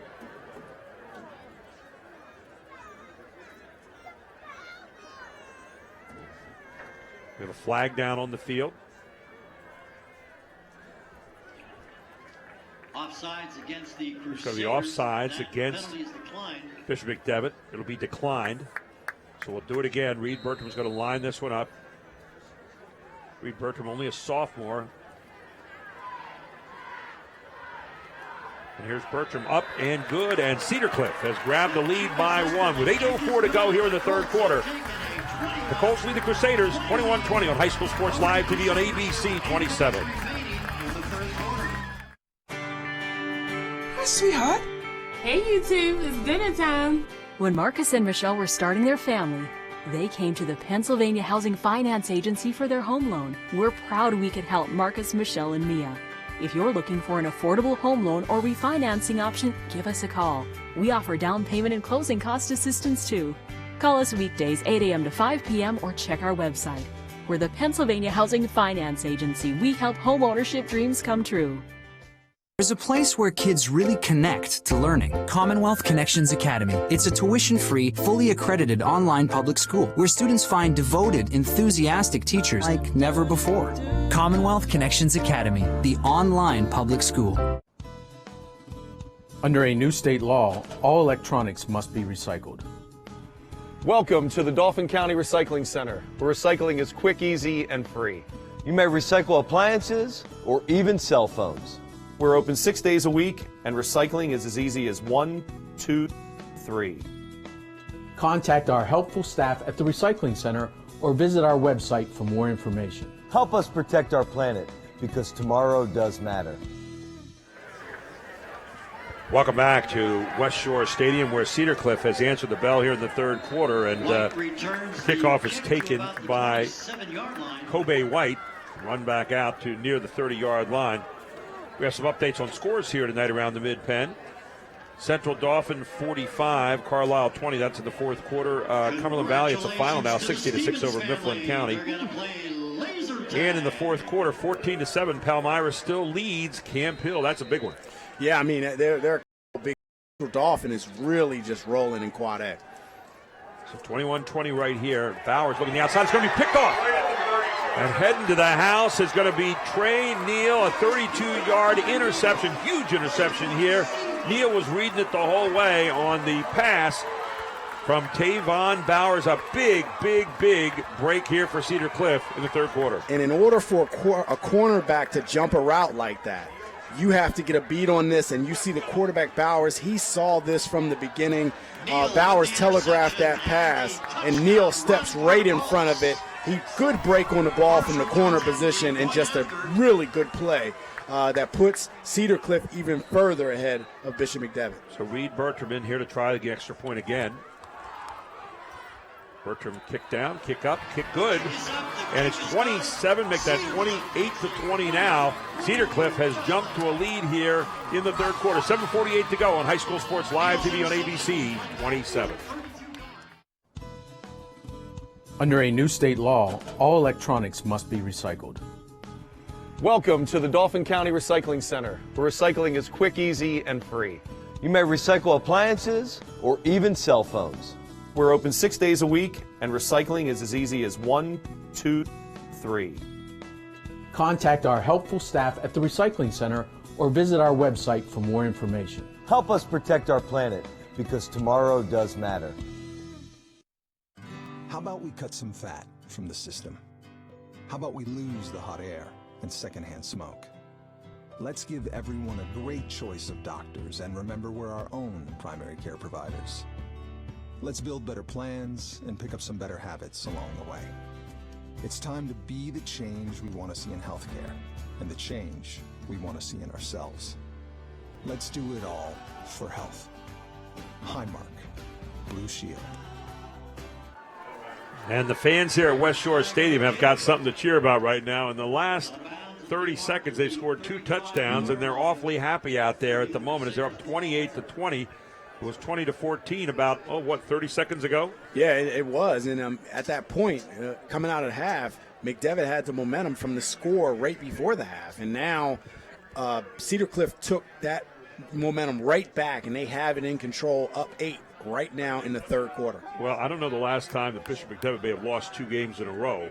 But I'll tell you what, right now they're staring down an 8-point deficit, and they got to come crawl up off the mat here again and make a move. Let's go down to Archie Smith Jr. on the sidelines. Oh, how the worm has turned here, Archie. Hey, guys, Cedar Cliff has approached this second half the same way they approached the first half. They're not talking. These guys are focused. They're at business at hand. These guys know they really want this victory bad, and it shows. Well, let's see what Bishop McDevitt wants right here if they can come back off the mat. Only down 8 points. Still a lot of time to go in this football game as Michael Jones gets the call on good hard running out over the 40-yard line near the 42 on 1st and 10. And again, you can't abandon the running game and what Jones can do. And I have to say, Cedar Cliff has done a good job bottling up the running game. And we've talked about it, that this running game isn't the strongest as compared to other years. We have an official's timeout. We have a player down on the field for Cedar Cliff. We'll take a quick break. We'll come right back. It's 28-20. Cedar Cliff leads it with 7:31 to go in the third quarter on High School Sports Live TV on ABC 27. Today, we have some breaking news on the West Shore. Some spraining, twisting, popping news. It appears that Mechanicsburg is getting a state-of-the-art OSS orthopedic urgent care. This is what we know so far. OSS urgent care is much faster than the emergency room. All patients will be seen by orthopedic experts. Costs are typically less. And OSS is open 7 days a week. Remember, if you have a sprain, pop, or break to report, go right to the experts. OSS Orthopedic Urgent Care. 2 great locations, York and now Mechanicsburg. Now that's some good news. Karen has 459 friends, but none of them made sure she got home okay. None of them suggested she skip the next drink, try a glass of water, or maybe just call it a night. Karen has 459 friends, but tonight, what she really needed was one good one. Wardell Dorsey comes off the field. He looks like he's okay. He was the player down on the play. He looks like he might have a cramp. And let's take a look here. There's the quarterback keeper from Tavon Bowers. A pretty safe play, although that resulted in a fumble there at the end of the first half. So we first and 10 now. Ball spotted out at the 46-yard line for Bishop McDevitt. They're down by 8, 7:01 to go here in the third quarter. You're watching it all on ABC 27.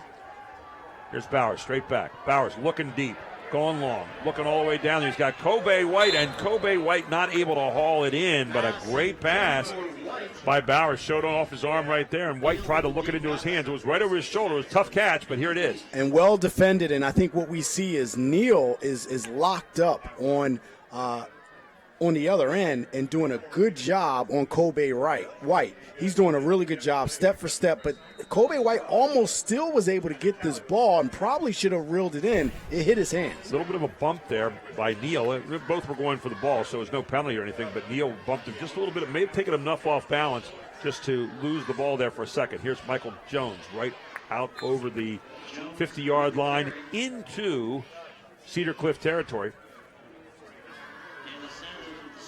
Michael Jones with some good hard running here tonight for the Crusaders. Good hard running, not tons of yards, just doing enough to keep that defense honest to respect the run. So, again, Cedar Cliff is holding up pretty good in the run defense department. 4 yards on that carry, be second down. Make that third down now, call it 6.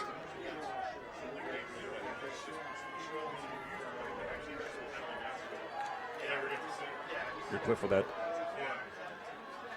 4-3 look. Bowers looking over the middle. He's got his man open. Waited for him to the last moment. And that is Kobe White. As Kobe White stepped into the seams of that zone that time, and you saw Bauer kind of wait just for one more moment, said, I want to make sure, and then put it right in his chest. One of the things that we haven't seen tons is Cedar Cliff really coming with pressure. That's too much time for Bowers to sit back there and survey the field without getting any pressure on him. Too many good receivers out there, and he found his favorite one right in the pocket. So the ball down to the 35-yard line of Cedar Cliff. Bishop McDevitt on the march. Here's your handoff again. Michael Jones gets the call. Michael Jones stacked up after getting a gain of maybe 1 to 2 yards. Leading the charge that time was Jaden Demi. And again, I'll tell you what, Demi, right after that touchdown that he scored on the reception, he was on the sideline right with the kicking team, getting them hyped up about what they need to do coming out on the field. So he has a lot of passion for this game, and he really wants this win. And as a leader and a captain, he's making sure he's willing his team for it. Clock continues to tick here in the third quarter. 5:15 to go. Second down and 8. Here's Bowers with the carry. Bowers right up the middle. Bowers inside the 20, down to the 15-yard line goes Tavon Bowers, and there was no doubt about what that play was going to be. No doubt at all. And again, Bowers has good size to him at 6'2", 205 pounds. He is not a small quarterback by any means, and he runs hard. 18 yards on that carry. First and 10, ball at the 15-yard line of Cedar Cliff, and the Crusaders are marching.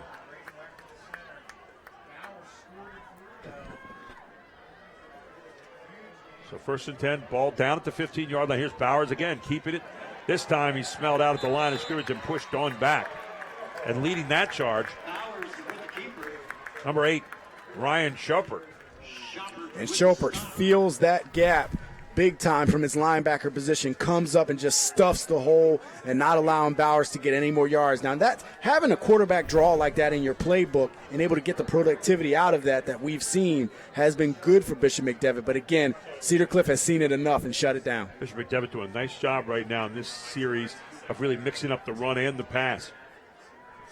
Second down, 10 to go, ball at the 15. Straight back goes Bowers, looking over the middle. Good pocket. Has his man out there near the 11-yard line.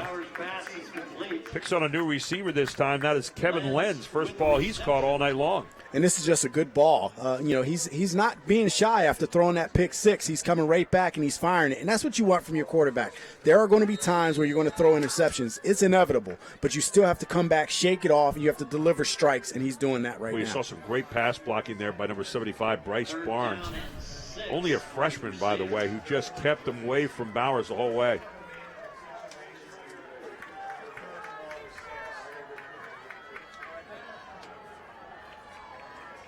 And there's Bowers again, the outside, going to throw way over it. Just threw that one away. He saw Demi over there guarding against Bryce Hall, and he just decided that he'd live to fight another day here. Definitely. And again, Demi's playing all over the field. He comes out for special teams only. Otherwise, he's on the field, and he's still jazzed up and ready to go. And again, in order to play Ironman football, you have to be in shape. You have to work in the offseason, and you can tell many of these guys that go both ways can do that. There you saw Bobby Whalen fan right there wearing his number 14, hoping to maybe wear that 14 for the Colts at some time in the future. So 4th down and 6 is a huge play. You see everybody from Bishop McDevitt out on that left side, one receiver near side, and that one receiver is Kyrie Cali. Here you go. Being flushed out is Bowers. Can he get to the end zone? He's going to throw. Got his man, throws behind him, and Cedar Cliff looks like they have turned it away. And you see Kyrie Cali in the back of the end zone jumping up and down after the incompletion, letting his quarterback know, Bowers, I was open. And Bowers just missed him. A lot of pressure right up in his face, flushes him out, delivers a ball behind his receiver. Through for Kevin Lenz there. And give credit to the Cedar Cliff defensive line, pushing him back, and you saw Cali down in the corner. You're right. He had him open. And Evan Levinsky got that pressure right in the face of Bowers, which forced him to throw that ball a little early or get out of the pocket and then deliver a ball that wasn't a strike. Well, for Bishop McDevitt now, the pressure switches to the defense. They're down by 8, 3:14 to go here in the third. And quickly running out of the backfield is Jaden Demi out near the 15-yard line. Looks like a gain of about 3 on the play. And again, great balance by Demi. He goes forward, picks up 4 yards on first down. That's no problem. You can do that, and that's exactly what you want. Positive yards on first down, brings up a manageable 2nd and 6. Let's go down to Archie Smith Jr. on the sideline. Archie, huge momentum turnaround there with that stop by the Cedar Cliff defense. I mean, I love what Cedar Cliff is doing. Cedar Cliff is double-teaming these outside receivers and making Tavon have to pick another different receiver to throw it to. So those other receivers are going to have to win their one-on-one matchups, guys. Out near the 22-yard line goes Demi, and you're going to see a steady diet now, I think, of Demi and maybe some short passing routes, trying to eat some clock here. 8-point lead, and Demi just hard to bring down. Broke 2 tackles there before 2 guys finally had to bring him down. Again, not a overly big back, but he's very powerful. And like we talked about in the pregame, he looks a lot stronger than what his size indicates, and he always goes forward. The ball out to the 23-yard line now. 1st and 10 as Cedar Cliff on the march again, and guess who gets it? It's Demi. Met at the line of scrimmage, still manages to fall forward for 2 yards. He is such a tough runner up the middle. Yeah, and they've been trying to get him going, especially in the second half. I mean, Bishop McDevitt has done a really good job of keeping him contained. You're not seeing those explosive plays out of him, but at this point, you're winning the game. If you can get some production, first downs, consistently running that clock, it'll play in your favor, especially going into the fourth quarter. Saw Colin Gillen over there giving the plays each time to Grant Brenneman. So it's 2nd down and 8 yards to go, ball to 25-yard line. 1:48 to go here in the third quarter. Brenneman with another handoff to Demi, and they've decided how they're going to go here, and Demi is rewarding them every single time with positive yardage. And again, he rarely goes backwards. He's feeling good. He wants to stay in the game. He wants to keep getting the ball. And the better backs, they want the ball in the 3rd and 4th quarter late in games so that they can take that clock down. And again, try to bust one for a good one and get another score. Give credit to that offensive line right now because they're used to stepping back and doing some pass blocking. Well, right now they're doing some great run blocking. Up front, they're getting 2 and 3 yards a jump every single time. 1:10 to go here in the third quarter. 4 for 9 on 3rd downs here, and it is 3rd and 3 for Cedar Cliff. This time they're going to roll out. Brenneman, nice little safe pass, like we said. Gets it to the outside one more time, and this time it's Cole Whalen catching it. Cole Whalen, the fullback. First time he's touched the ball tonight on offense, but it's at a big moment. Yeah, he's known for his defense, but he comes out, brilliant play call. He's the one that's not accounted for. He gets the reception, first down, keeps the chains moving. Look at Demi give a good block right here to open up, Brenneman, and give him a chance to throw this little 16-yard reception. So Cedar Cliff is on the march, and they are in rhythm right now with 55.4 seconds to go here in the third quarter. They lead by 8, 28-20. Ball out to the 47-yard line. Here's your handoff again. Demi fighting his way forward. And even when he gets tackled, he's getting 2 and 3 yards every single time. Every single time, and you keep doing that. 3 yards first down, 3 yards second down. Now you're in 2nd and 4. You keep on rolling. You're seeing some more of the cramps. Everybody kind of reaching for the legs. You saw Demi reaching for his legs that time. There you go. And anytime you see the front of those toes being pulled up, you know what it is.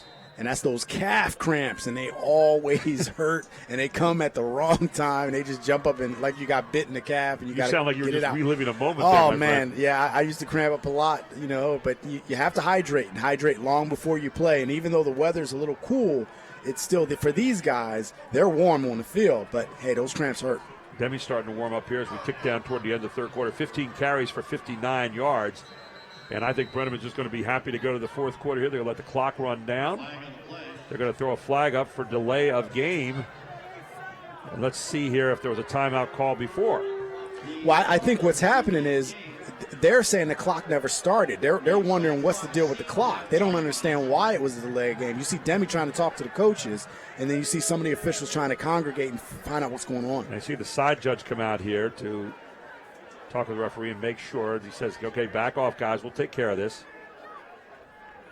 Guys in uniforms always want to get in there and do a little referee. Always right? want to get in and do the referee, and especially when you have guys that are that passionate, they want to make sure they get their voice heard. It never works. Let's get out to Archie. Archie, what are they talking about there? All right, well, what Cedar Cliff argument is that they never gave the sign to reset the clock, so the clock started running, so which gave the quarterback, as you can see, the game clock is at 2.5, and the delay clock was at right about 8 seconds, so it was like a 6-second difference, which that penalty shouldn't happen. So Colin Gillen wants an explanation right here. He's getting it. He's looking up and he says, okay, I think I understand what's going on. We'll see what the referee has to say here in a moment. The question is, will the penalty stand, and what's the clock going to be here in a second, or 2, or 3? Yeah, I mean, it just seems like a lot of confusion, and it really shouldn't be.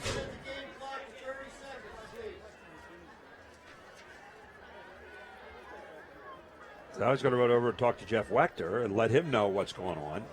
Let's see what Wechter's reaction is here. They have it reset at 30 seconds now for the game clock. So I think what they're going to say is that they did not set the clock correctly there, or didn't start it. Let's see. Going to wave off the flag. And what you're essentially going to get is a replay of the down. So it's pretty much what Archie said, that right. it shouldn't have been a penalty in the first place because of the clock management. So that'll give Cedar Cliff the ball back at the 49-yard line. It'll be second down and 8 yards to go here. So we're going to replay the down now at the 49-yard line. You get one play here to basically end the third quarter, maybe 2. Here's Brennan rolling out, looking downfield, getting caught, getting chased out of there, and Brennan's got some open field to his right. Brenneman's going to step out of bounds there, but not before he's able to gain some good yardage and get the first down. And again, as he drifted left, that brought the entire defense of Bishop McDevitt with him. So then he's surveying the field, good coverage downfield, which prevents him from throwing it. But then he sees this wide opening on the right side and takes off. And you see his speed. He's able to get the first down and smartly gets out of bounds. Stepped right out of first down yardage. So it's now 14.9 seconds to go here in the third quarter. It'll be first down and 10. Ball spotted at the 43-yard line of Bishop McDevitt, and Cedar Cliff moving once again.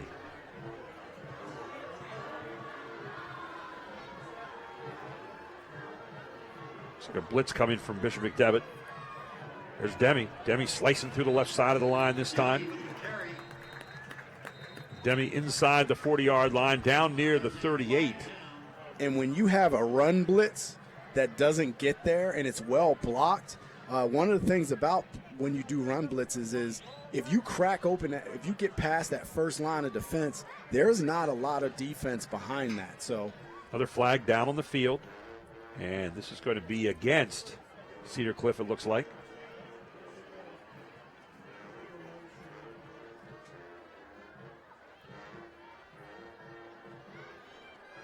The official says penalty down, so he's going to take it back.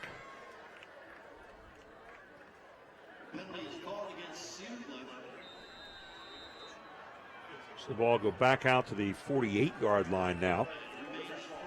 And they're going to let the rest of the quarter tick down. That's the end of the third quarter, 28-20. Cedar Cliff leads it. And we get ready to start the fourth quarter. And we are getting ready for our big kick here, sponsored by the Brenner family of dealerships. Let's see if we can get somebody to make this. Let's see somebody do the soccer style here, huh?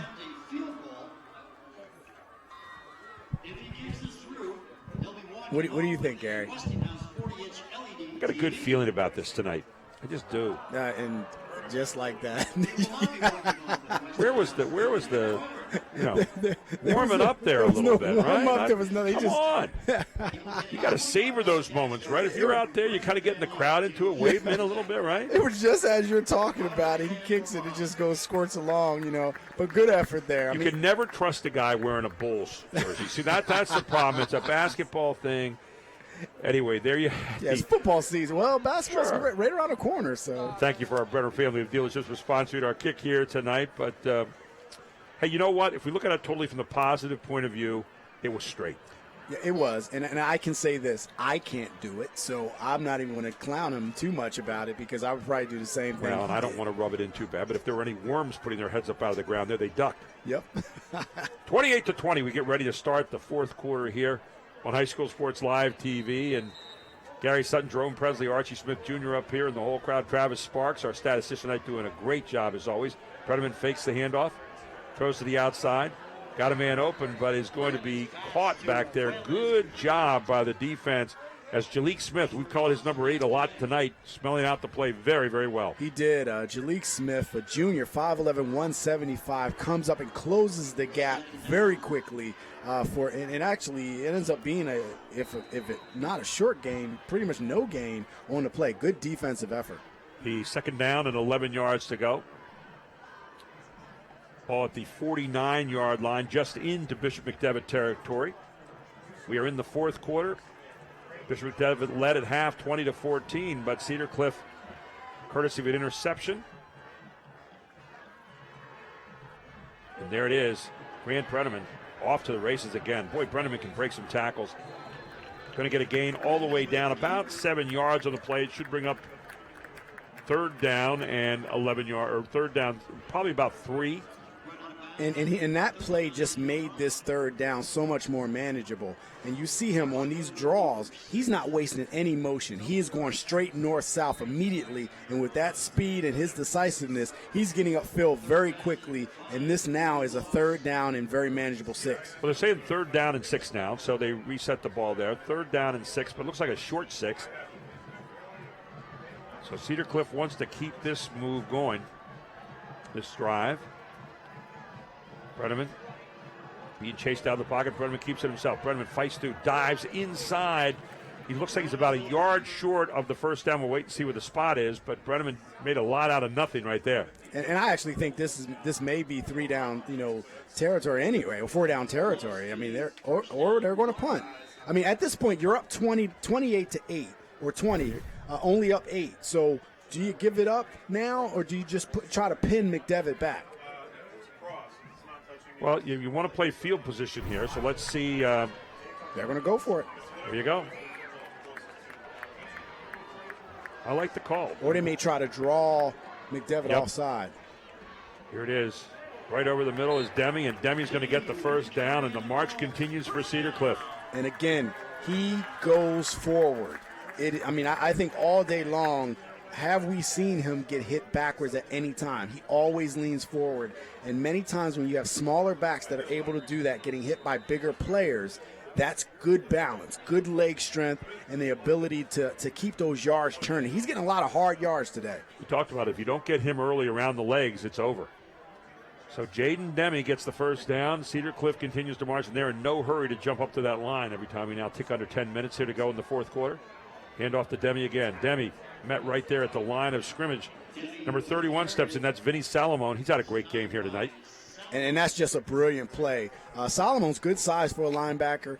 Little 5'11", 225, comes up, fills the hole, and just shuts Demi down for a 0 gain. That's the first time in a while that we've seen Demi not go forward for a yard or more. Got him right at the line of scrimmage zone. That's what you have to do before he starts to dance. Second down, 10 yards to go. Ball at the 34-yard line of Bishop McDevitt. They've got to stop the score now. They're up 1 score and a 2-point conversion. if you're Cedar Cliff, and there's the flag. And that'll be on Bobby Welling, number 14. Illegal procedure, be second down. Add 5 to it. It's going to be 15 yards. You're going to march it back to the 39. Not a lot of penalties so far tonight on Cedar Cliff. And remember, what you usually see in these situations is that quarterback draw that we have seen that has gotten a lot of yards from Brenneman. Brenneman has really been able to utilize that play for the advantage of Cedar Cliff. Brenneman with 103 rushing yards today, 152 passing yards. He has been the star of the game so far, but he's caught right now in the middle, nowhere to go, and brought down there by Matt Geiger as Brenneman just was in the vacuum and nowhere to get out. And Geiger has had an amazing game himself. I mean, he's from that linebacker position. He's stuffing holes, making good tackles. Very solid tackler on the field. Maybe one of the more solid tacklers in the game. You don't see many broken tackles when he puts a hat on you. Brenneman didn't try to put in a big play there. He just took his lumps and went down and said, okay, it's 3rd and 21, but we still have the football and we still have the clock. 8:26, the clock ticking down now. So if you're Bishop McDevitt, this is your stand you have to make defensively. Yeah, you want to get the ball back. It's 3rd down. At this point, if you can hold here and force Cedar Cliff to punt the ball, that's what you want. But here, they're going to take it down as far as they can. We get a timeout on the field first. We'll take one as well. 8:08 to go here in the fourth quarter. 28-20. Cedar Cliff leads, and they've got the ball on High School Sports Live TV on ABC 27. Ruff Tractor and Equipment is PA's full-line equipment dealer representing Case Construction along with other leading manufacturers. Serving the total sales, rental parts, and service needs of its customers. Ruff Tractor paves the way for your project from start to finish, featuring the latest parts and equipment from Case Construction and more. Ruff also offers 24/7 job site support. Ruff Tractor is your #1 source for everything under construction. And Brenneman with the handoff inside the Demi. Demi breaks the tackle down inside the 40, works his way all the way down to about the 37-yard line. Will still come up short here, and now you may well punt if you're Cedar Cliff. You got some nice yards there, and now you play the field position game with 8:08 to go here in the fourth quarter. It's 4th down and 14. And this is our first draw that we've seen, and that's when you go one direction and then pull linemen on the other end. Good play, and actually that's a good play that it would have been nice to see earlier in the game to throw that in there. Good wrinkle, good play. First time seeing it today. Notre Dame used to run that play for years, old kind of cross buck. Yeah, counter. Here's your punt now. You're just going to try to angle this toward the corner, get some air under it, make them have to handle it, and it is handled by Joe Heaton on the fair catch. So the ball goes over to Bishop McDevitt. You wonder how many more possessions they have in this game. They're down right now by 8, 28-20 with 7:37 to go, and there's the offense gathered on the side, ready to make a push to try to maybe tie this up. And now it's about your defense. If you're Cedar Cliff, you're up by 8, and 7:37 on the clock. You want to make sure your defense does not give up any big plays and make McDevitt earn this. Short yards, make them earn it and make them chew clock because they're playing against you and they're playing against the clock. On the other side, McDevitt does not have to be in a big hurry right now, but they can't afford mistakes at this point in the game. Straight back goes Bowers, a screen play. Gets to Jones. Jones takes off. Jones out across the 25. Out near the 30, probably about the 29, they'll spot it. Nice screen pass to Jones. And Jones gets a first down, but again, you make a solid tackle. It minimizes the damage. You still have the field position on your side with a questionable kicking game. So again, you got to make tackles and try not to get hurt by the big play. The ball out at the 29-yard line. First down and 10. If you're Cedar Cliff, you want to keep everything in front of you right now. If you're Bishop McDevitt, you want to find some way to get behind him like this. Wow. Oh, and what a catch. What a throw. And coming down with it is Kyrie Cali with a circus catch, and he's hurt. He may have come down on the football. Yeah, he's definitely hurt. Again, and that's good coverage. Trey Neal was right there, but, what do you do against someone that's the size that's so much bigger? And Trey Neal is not a small cornerback. He's 6 feet 6 tall. foot himself. So 6'4", beat 6 foot that be time. 6 foot, yeah. Cali went up, but then he came down. He put his head down right away. You could see look, take a look at his leg. Oh, there he came down, actually looked like on Neal's foot.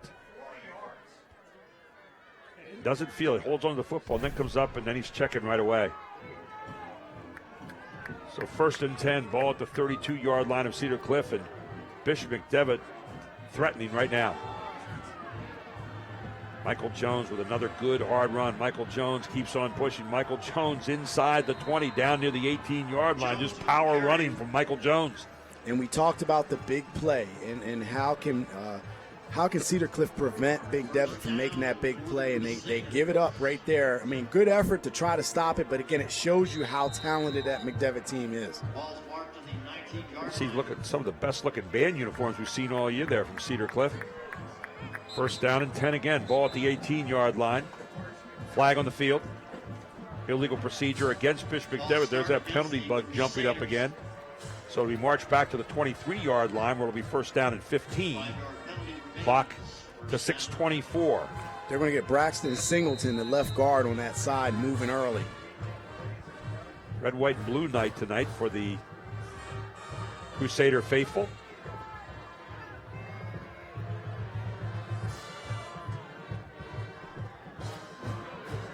Ball's at 24-yard line. There's your dive forward again. Michael Jones down near the 20. Whalen in on the tackle. Clock ticks down underneath 6 minutes down.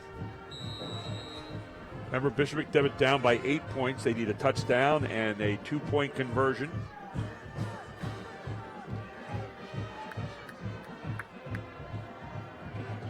Second down, 10.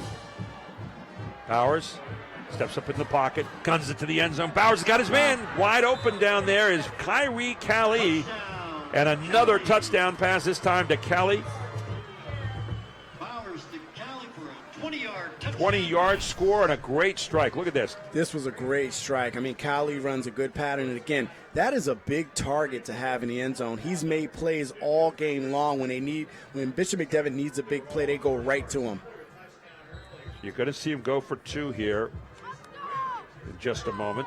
Callie, wide open 20-yard pass reception, touchdown. So now you go in for the 2-point conversion. Going for 2. Keep an eye on that quarterback draw. Here it is. He's trying to get to the end zone. Will not get there. Is stopped short. He is stopped short, and now you're going to get a little bit of excessive celebrating, I think, in the end zone. The official throws the flag. Good defensive stand there. They were thinking the same thing we were thinking. McDevitt going for that quarterback draw. Ryan Shopper pretty excited about his team stopping there, but I think you're going to get unsportsmanlike conduct.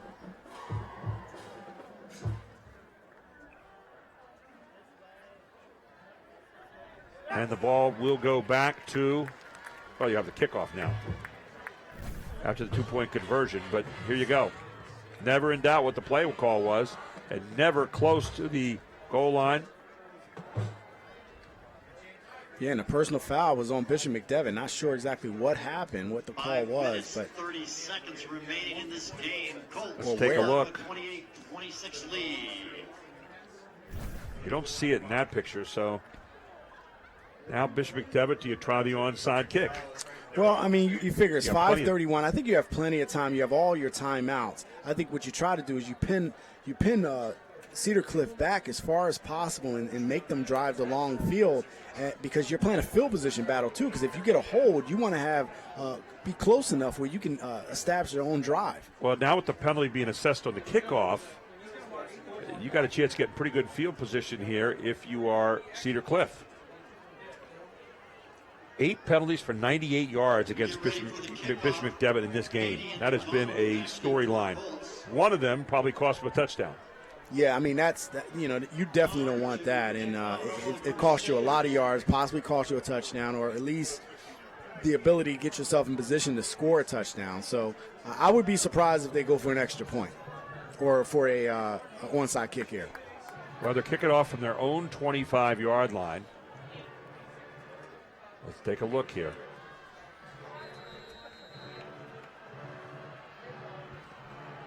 So it's a high kick.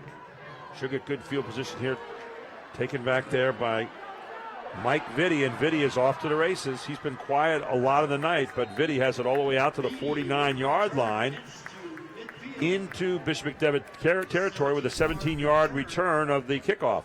And we talked about what Cedar Cliff's defense wants to do. Bishop McDevitt they want to get a 3-and-out here. They have to get Cedar Cliff off the field and get this ball back. They have the firepower offensively. We just saw it on the last drive to score quickly. So they have to get the ball back to put themselves in position to do that. You're going to see two numbers running it right now, number 18 and number 2. That's Grant Bredeman, and number 2, Jaden Demi. Let's take a look. There's Demi right over the middle. Demi is loose. Demi's loose. He's heading inside the 40 to the 30. Demi stutter steps there. Get to the 25, down to the 20, inside the 15. He can't be brought down until he gets down all the way to the 10-yard line. Jaden Demi, but we do a flag down on the field. Let's see what it is.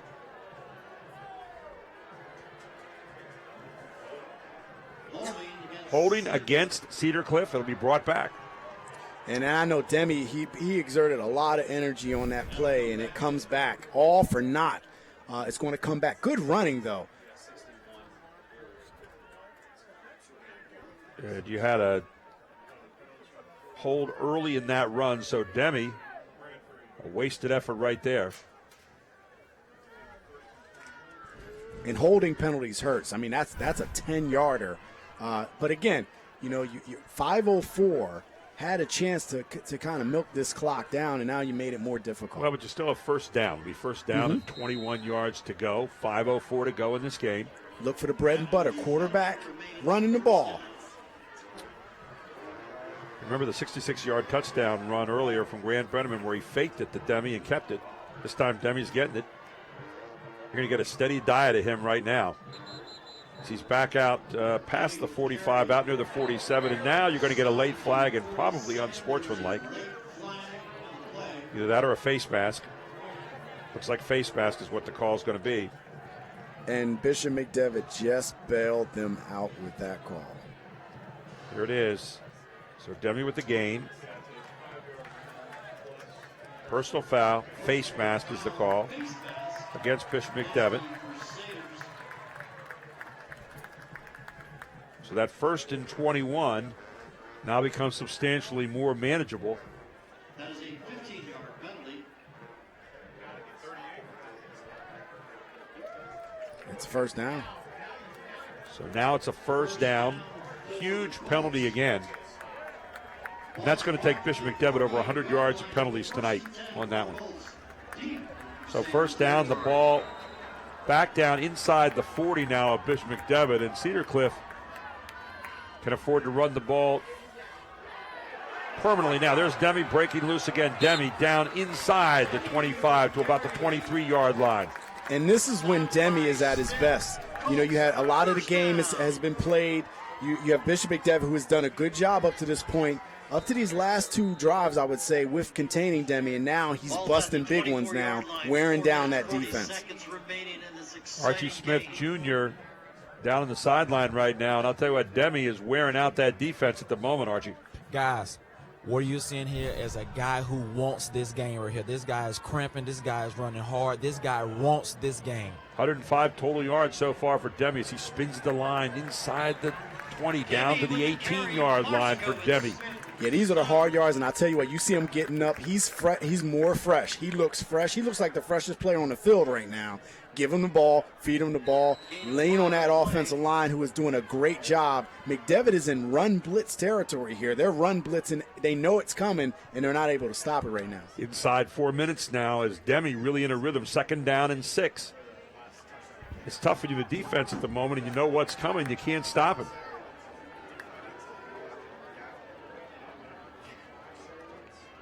Comes the blitz again. Demi met at the line of scrimmage. He's going to be brought down for one of the few losses all night long.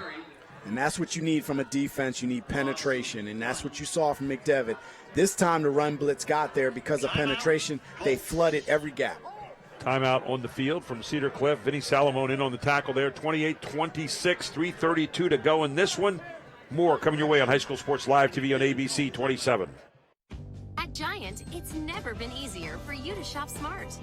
Discover low prices on the items you buy most. Save on thousands of items every week with new Red Bonus Buy savings. And with gas rewards, you save big at the pump. You'll love how your savings stack up. Only at Giant. Earn Gas Extra Reward savings every time you shop. And pump up your rewards even more with weekly bonus offers in-ad and in-store. Gas Extra Rewards go farther at Giant. Right now. Welcome back to West Shore Stadium. 3:32 to go in this one. A 2-point precarious lead right now for Cedar Cliff. A 3rd down and 7 coming up down at the 21.5-yard line of Bishop McDevitt. This is anything but over so far. Let's get down to Archie Smith. Archie, what were they talking about there during the timeout?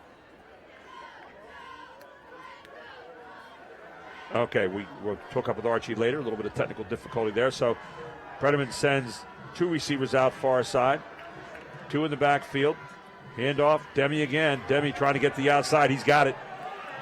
Oh, and it closes down. Look at Geiger. It looked like Demi had the corner, and Geiger shut it down just like that. Another great tackle by Geiger, who's had a fantastic game here tonight.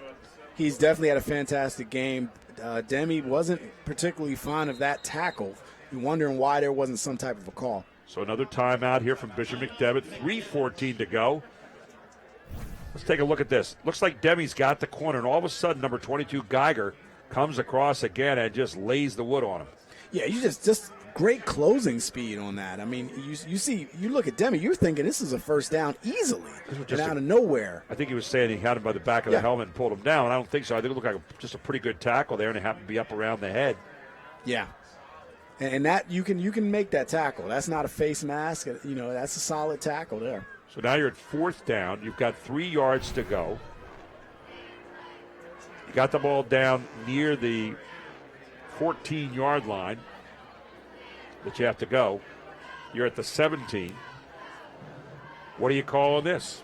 I mean, I'm running the ball. Demi time again? Jaden Demi. I'm not going to do anything. Hey, if you don't get it, you have them pinned back. I mean, at this point, if you get it, you can pretty much you may be able to salt this game away by putting yourself in a touchdown scoring position. I think you might put Grant Prediman in motion here, rolling out, give him the option to pass or run.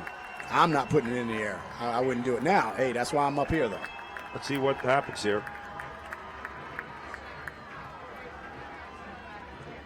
Here's Prediman in motion. There's called that it. Short pass, and there you go. And you called it. Did he have control to hit the ground? They're going to say no, it was incomplete. And guess what? Bishop McDevitt is held, and they now have a chance to come back and win this one with 3:06 to go here in the 4th quarter. But that was a play I thought they might run. And that's one of the reasons why I wouldn't have ran it, you know, because you don't take off any time on the clock. You wanted to force McDevitt to use that timeout if possible, and if you got a first down, you really could have forced them to use it and possibly melted this clock down. So now you can't give up any big plays. You have to play sound. The thing is, on the back end, who do you double team? Well, you're going to see a lot of good passes right now. If you look out there at that array of receivers, Bryce Hall, Kyrie Callie, and Kobe White. Kobe White could figure big here. Callie, we've seen some big throws to him tonight. Here he is to the outside and overthrown. And you can see that Cedar Cliff is playing a very deep zone. They're only rushing 3, so there's no pressure coming on Bowers right now. So they're only rushing 3. They got a lot of people in zone. They're going to try to make Bowers pick them apart. 2nd down and 10. That one intended for Kobe White, overthrown by Tavon Bowers. So 2nd and 10. Cedar Cliff's defense being asked to step up. Bowers 12 out of 23 tonight for 174 yards. So 2nd down and 10. Ball at the zone 17-yard line for Bowers. Zone being played by Cedar Cliff. Short throw. And good coverage back there, as in on the tackle was Tristan McDonald, smelling it out. And that's what you have to do. You have to come up and make a tackle for a short gain. You have that zone. It's going to be very hard for Bishop McDevitt to take this ball down really quickly. Not a bad defensive strategy. So Callie had the ball, but Tristan McDonald in on the tackle. So now 3rd down and 9. And now you have to think about getting the first down to keep this series going. 2:29 to go here in the 4th quarter. 28-26. Cedar Cliff leads it by 2. And look at the tackle for the back. And there is that guy that's been there all night long, Manny De Los Santos, with yet another sack back there. That's his second sack of the night. And that was a brilliant sack. And mind you, he did this with only 3. They're rushing 3 right now. So they forced Bishop McDevitt into a situation where they can end this game. He's being blocked by 2 people, uses the speed to get to the edge, and makes the sack. De Los Santos with the sack makes it 4th down and 16. And this is the game. Yeah, it definitely is. I mean, right now, Bishop McDevitt is out of timeout, so this is it for them. If they can't do anything with this ball, it's going to go back to Cedar Cliff, and Cedar Cliff can salt this game away. And you can bet over there, Colin Gillen is saying, keep everything in front of you. Nothing gets behind you, no matter what happens. On the other side, Jeff Wechter says, we've got to get 16 yards out to the 27-yard line. So here's what could be the final offensive play of the game for Bishop McDevitt. Straight back goes Bowers, looking deep. Has a man, sideline. Great catch. He had Callie over on the sideline, got the first down yardage, right 1 yard past the numbers. What a great throw from Bowers, and an even better catch from Callie. I mean, I tell you what, that right there was a beautiful pressure throw and catch by McDevitt, and that shows you the athleticism. This time he looks, that was the play from the sack, but this time comes back and delivers just an amazing ball. Kyrie Callie put some mustard on that, or Kyrie Callie stepped out of there. Bowers put the mustard on that. And it now brings up at the 27-yard line, 1st down. And Kobe White catches it out near the 39-yard line. Another 1st down. We tick under 2 minutes. And again, does Bishop McDevitt have enough time to mount an offense that can get them big chunks of yardage? Trip receivers near side. Bowers throws to the sideline. Got another man there. It's Callie again out at the 50. So 11 more yards, and using the clock wisely. They don't have any timeouts left as he stepped out of bounds wisely. And that's the problem with the zone is that, receivers can just sit in a pocket and they just sit there and wait, and the quarterback has to find them. As a defense, you're not getting any pressure on the quarterback with the exception of the 1 sack. Callie with 7 catches for 110 yards now. Tavon Bowers looking. Plenty of time. Throwing down the sideline. And you're going to get, is it going to be pass interference? No. No, that was a good play. That was just a good play sitting on the route. Chandler Heupel with good coverage there, number 13. So right back to the line of scrimmage, 1:37 to go.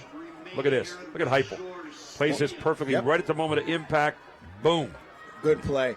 And again, right now the clock stops. So that was the positive thing about that play was the clock stops, gives them more time.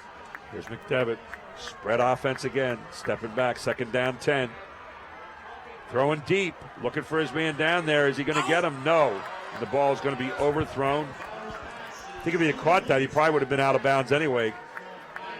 Yeah, and I'll tell you what, I am surprised that Kyrie Callie is being left pretty much one-on-one at this point. If you want to I would shade a safety closer because the way it's being put up, Bowers is putting it up. You may be able to get a pick, and Bowers is taking shots downfield. So those safeties have to be able to cover a wide range of the field. You got a timeout on the field, and that timeout is by Cedar Cliff. So 1:29 to go. We'll take a break. We'll come right back. And they tell us that we're going to stay here. And you know what time it is? It's time for the hit parade. It's time for the hit parade. Let's take a look. It's one of my favorite times because this physical game, and we saw a lot of hits on quarterbacks right there. Bowers gets a shot from De Los Santos, who's been amazing today. Lights out. Sponsored back by Connections Academy, our hit parade. And again, this is just a tough keystone, top of the division showdown between 2 teams that won it. And they are both playing like they won it. How we couldn't come up with a better game than this. 28-26 with 1:29 left, and guys are just lighting people up. Here you go. And keeping it is Bowers all the way down. He rumbles to the 30-yard line. And they are still alive, is Bishop McDevitt, and they're marching toward the Cedar Cliff end zone right now. They are still alive, and this is a very, very, very amazing drive right here. 1:21 to go, 1st down and 10. Bishop McDevitt back up to the line quickly. Straight back goes Bowers. Bowers, near side. It's got a man wide open. It's Kobe White. He was standing there wide open, and Kobe White trying to get to the end zone.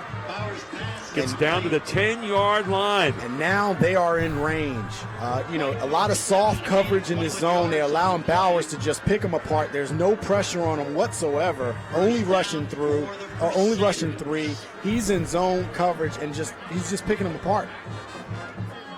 All the way down to the 10-yard line. Bishop McDevitt gets to set up shop here. First and goal. 1:06 to go in this one. And now you can run the ball, Gary. You can run it. Bowers looking across the middle. He's got a man wide open. Touchdown, Bishop McDevitt. And it's Bryce Hall once again on the slant post pattern. Touchdown, Bishop McDevitt. They march all the way back down the field, and they have taken the lead. For the moment, 32-28. Take a look at this pattern. And it was just soft coverage all the way downfield that allowed Bowers to just pick Cedar Cliff apart all the way downfield with no pressure on him. They got one sack on 3, but look at that catch. Good catch. He actually didn't have control for a moment.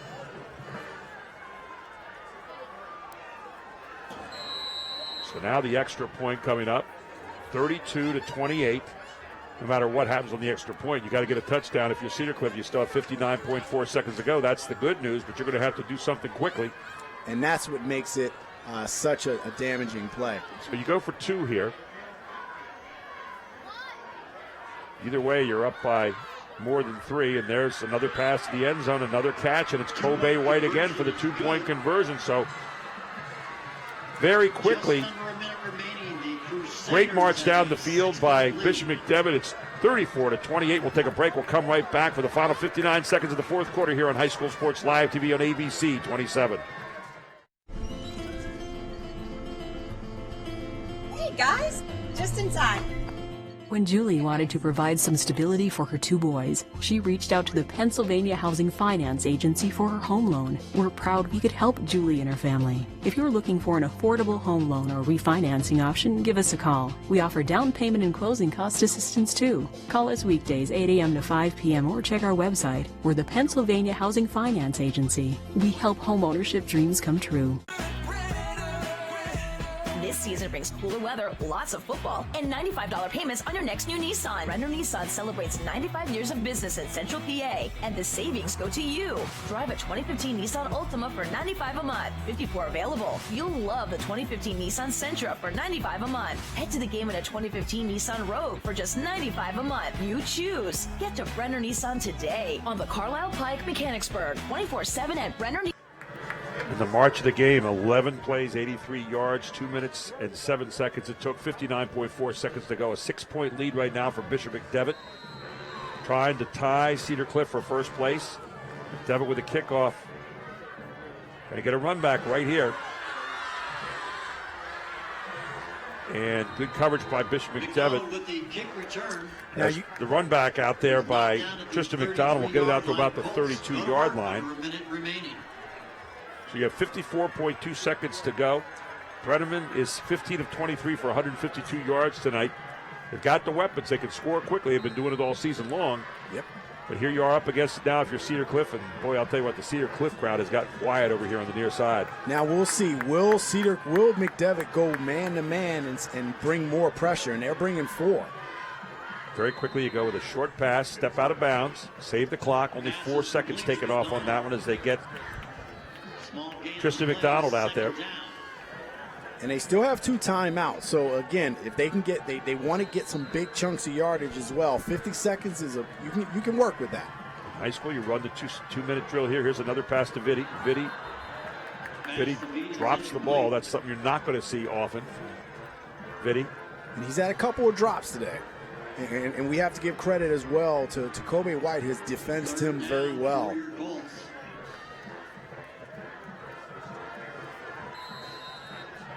I'd like to thank Chad Edwards, our director tonight, who's in our ear right now. Take a look at this. Looks like he had it for a second. Now he watch his foot come down. He fumbles it. It comes down, and there it is, hitting the ground. So Cedar Cliff with the play. Brenneman short of the first down. That's going to bring up fourth and probably about a long one or a short two. This will be the ball game here. This will be the ball game for Cedar Cliff. If they cannot get this first down, it's over. 38.7 seconds to go, and the problem you have right here is you almost have to waste it down trying to get the first down, or do you just go downfield with this and forget about the first down? Well, I mean, you got to go with what the defense is giving you in some ways. But again, 4 yards, a couple yards to a first down. I mean, you've been able to get positive yards, but right now the momentum is right where Bishop McDevitt wants it. So that's going to be the problem. It may not be as easy as it looks, given that you've been able to do well and get positive yards on short yardage. So here's your one timeout for Cedar Cliff, and what do you call here? Is it Jaden Demi time? Maybe a run option with Demi. I mean, Demi's been doing really well, or Brenneman. Either one of them. You I may think see go a back draw. to Brenneman on the run option here. We'll wait and see. Here's your pass, and Vitti can't take it. It's thrown low, and that is it. That was surprising. Incomplete. Brenneman had Vitti wide open out here and could not get the ball to him. And Bishop McDevitt is celebrating on the far side, as they should right now. Bishop McDevitt looks like they have this one put away, barring some kind of catastrophe. And you see Jeff Wechter over there gathering his team around him. He knows it's not over yet. It's not over. But what a comeback for Bishop McDevitt, coming back in this game. And Bowers just had a lights-out drive. I mean, I think that is what did it.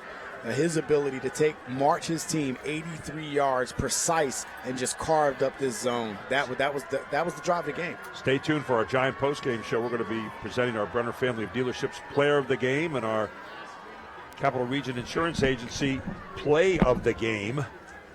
And we'll have Jerome down there with our player of the game.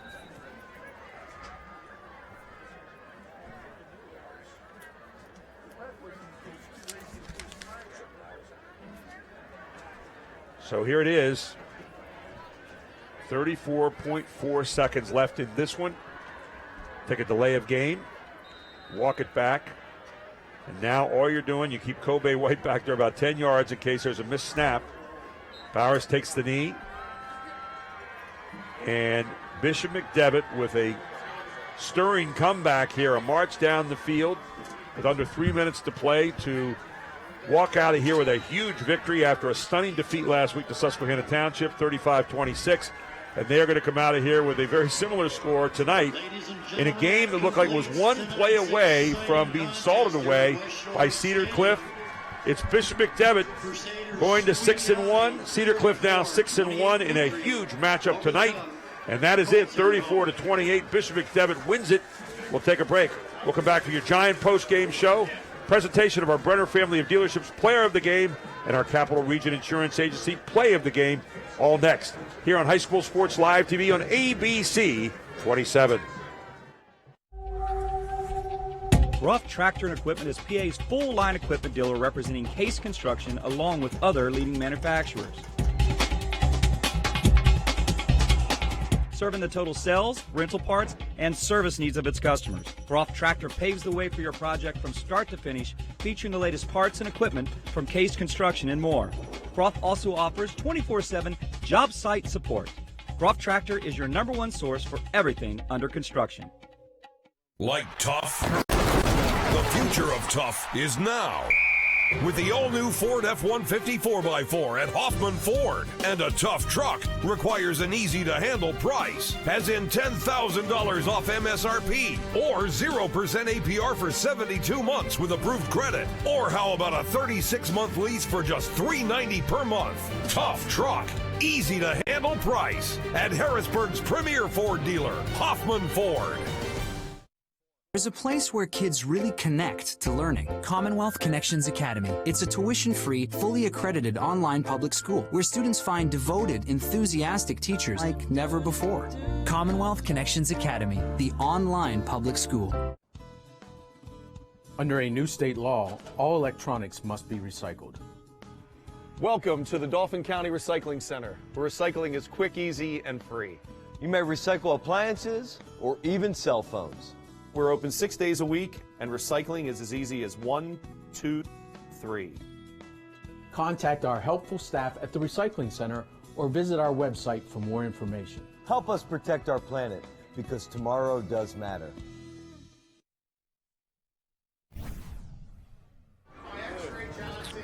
Welcome back to West Shore Stadium, where a huge game here tonight, and the Crusaders of Bishop McDevitt nose out Cedar Cliff 34-28. And you can see the Bishop McDevitt team over there doing their after-game prayer. What a comeback it was tonight. They were down 28-20. They came back at 28-26. They could not convert the 2 points. And then the Colts just could not march it down. We're going to get down there in just a moment with our player of the game as Jerome Presley down there. But let's take a look right now at our Capital Region Insurance Agency play of the game, and it was this one. It was a huge one. This was the block kick at the end of the first half. This gave the momentum over to Bishop McDevitt. They were later on to give it back. But you see Matt Geiger racing all the way down with a 79-yard return on the blocked field goal effort that would have put Cedar Cliff up. So big turn of momentum right there. We saw a couple turns like that throughout the course of the game. And, of course, then their extra point was blocked after that. But they went into the halftime 20-14 to Bishop McDevitt. And that 6-point lead ends up being the difference here tonight. Is one more time you see Matt Geiger heading for the house. And there's Bishop McDevitt breaking up their huddle. Jerome Presley is going to be with our player of the game in just a moment, our Brenner family of dealerships player of the game. A lot of people to thank here tonight. Travis Sparks, who's been providing the great numbers all night long here on our statistics. Archie Smith Jr., who's doing a wonderful job on the sideline tonight. Jerome Presley, our color commentator. Chad Edwards, our producer. Charlie Fortney, as always, our advanced hoops coordinator there and the founder of the Feast. Brandy Trossel, who's been gathering up numbers all night. You see her right there in the middle of the screen. We'll give Brandy a little FaceTime. But we're about to meet with our player of the game here in just a moment. But they're going through all the routines here after the game, as you would want to see them do. And for Bishop McDevitt, a huge win tonight, and most likely big game coming up next will be against Lower Dauphin for the championship of this division. So let's get down to Jerome Presley, who's got our Brenner family of dealerships player of the game on the sideline. Jerome. All right, I'm here with the Brenner family of dealerships player of the game, Tavon Bowers, 18 of 31, 245 yards and 4 touchdown passes and the drive. Let's talk about the drive, 83-yard drive ending in a touchdown. Yeah, I felt like I had to give it back to my team because I threw that pick six and I wasn't going down without fighting hard. That's all that was going through my head. Exactly. And one of the things that we saw was your poise in the pocket. You were out here like you've been doing this for years and making strikes all over the field. Can you talk about your preparation? Well, my preparation, everything just goes out to my teammates. Without them, I couldn't do any of the stuff that I just did. Think about coming off last week. I know that was a hard one coming off that loss. What did you guys do? What was the mindset coming into this game against a tough opponent? Well, last week we kind of doubted Susquehanna like everybody was. And this week we were focused at practice all week. We were working hard, and we knew we had to come out here and quiet everybody. And what is your plan moving forward? This is a big win coming off of a loss last week, a big win coming back. You still got a lot of season left. What are you guys' plans moving forward? We just have to fix up all the mistakes we made. Even though we won the game, we made a lot of mistakes, and we got to fix that up at practice. Okay, Tavon Bowers, player of the game, Brenner family player of the game. Back to you guys.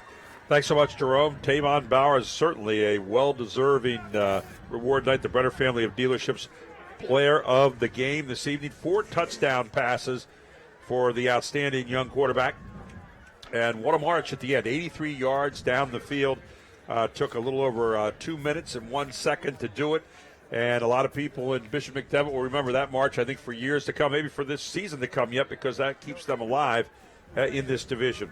Thanks again to everybody tonight here. Chad Edwards and all the great people will be in the booth again next Friday at 7 p.m. for a Mid-Penn Commonwealth battle when CD heads off to Central Dauphin will actually host the game. It will be Cumberland Valley at Central Dauphin, a game a lot of people have been waiting for this season. Coming up next, a rerun of Charlie and Matty Young's interview for the really big show that's taking place tomorrow night. Thanks so much to everyone here this evening. Thanks to all of you for watching High School Sports Live TV on ABC 27. I'm Gary Sutton. Have a great night, everyone. The final score again, 34-28. Bishop McDevitt wins it with a final stirring drive.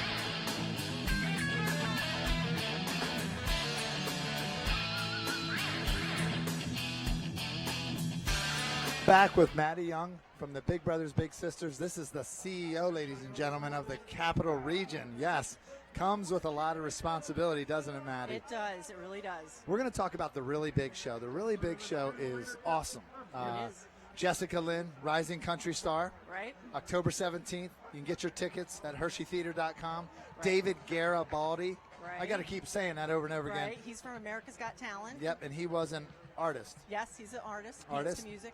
And one of my favorites, Christina, help me with the Bianco, impressionist. Yep, she's on the Ellen Show all the time. Okay. All in one show in Hershey. Right. And not only that, some of my favorites, Maggie Lucas from the WNBA. Exactly. A-Train. Right. Blenda, some of the Tricksters, former Harlem Globetrotters, Harrisburg Symphony. Help me out. Oh, gosh. We've got Candace Benson, who was on Gospel's Best, BET's version of American Idol. We've also got Kat Face from Philadelphia. She's a jazz singer.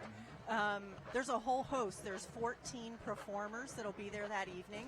And Taylor Perry, Camp Hill. Taylor Perry from Camp Hill. She's amazing. She's a senior in high school, guys. Absolutely. And we're working on the Milton Hershey Choir. So we're hoping that the choir can join us also from Milton Hershey School. And we believe Redland Little League baseball team is going to be recognized. Right. Redland will be there. Former First Lady Michelle Ridge will be there.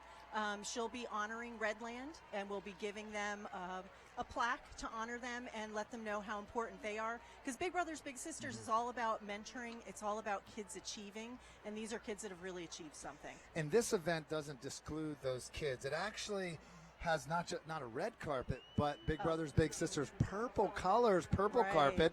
And those kids are going to get out of the limo, and they're going to walk up. They're going to shake hands with A-Train, Blenda, Maggie Lucas. Who are some of the other purple carpet items?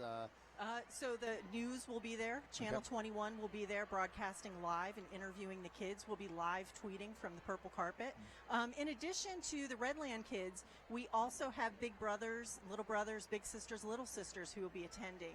And their seats have been covered by a sponsor, a local sponsor, and so they will be walking the purple carpet, going downstairs. They'll be meeting Jessica Lynn and having a small mentoring session with her because she's actually got her master's degree in education. Wow. So mentoring and Big Brothers Big Sisters is something that's near and dear to her heart. So we're excited. Well, and here's something else I wanted to ask you, because I can't help but understand that at Cumberland Valley, Big Brothers Big Sisters of the Capital Region has a presence. Talk about the presence Big Brothers Big Sisters has at Cumberland Valley. You were very excited about that earlier. We are excited. The Really Big Show is a way for us to raise money to expand programming. And this year, for the first time, Big Brothers Big Sisters will have a presence at Cumberland Valley. We will actually have high school juniors and seniors that are going to the middle school and elementary school to mentor. The school district's excited. We're excited. We've had our first session and 100 high schoolers came out. So we are well on our way to establishing a Big Little program right here on the CV campus. Folks, now you know why it's called the Really Big Show. There's a really big lineup of talent, and it's for a really big cause, and we have some really important people that are making this happen. So get your tickets at HersheyTheater.com. We'll be back after these messages. Advanced Hoop's biggest goal has been to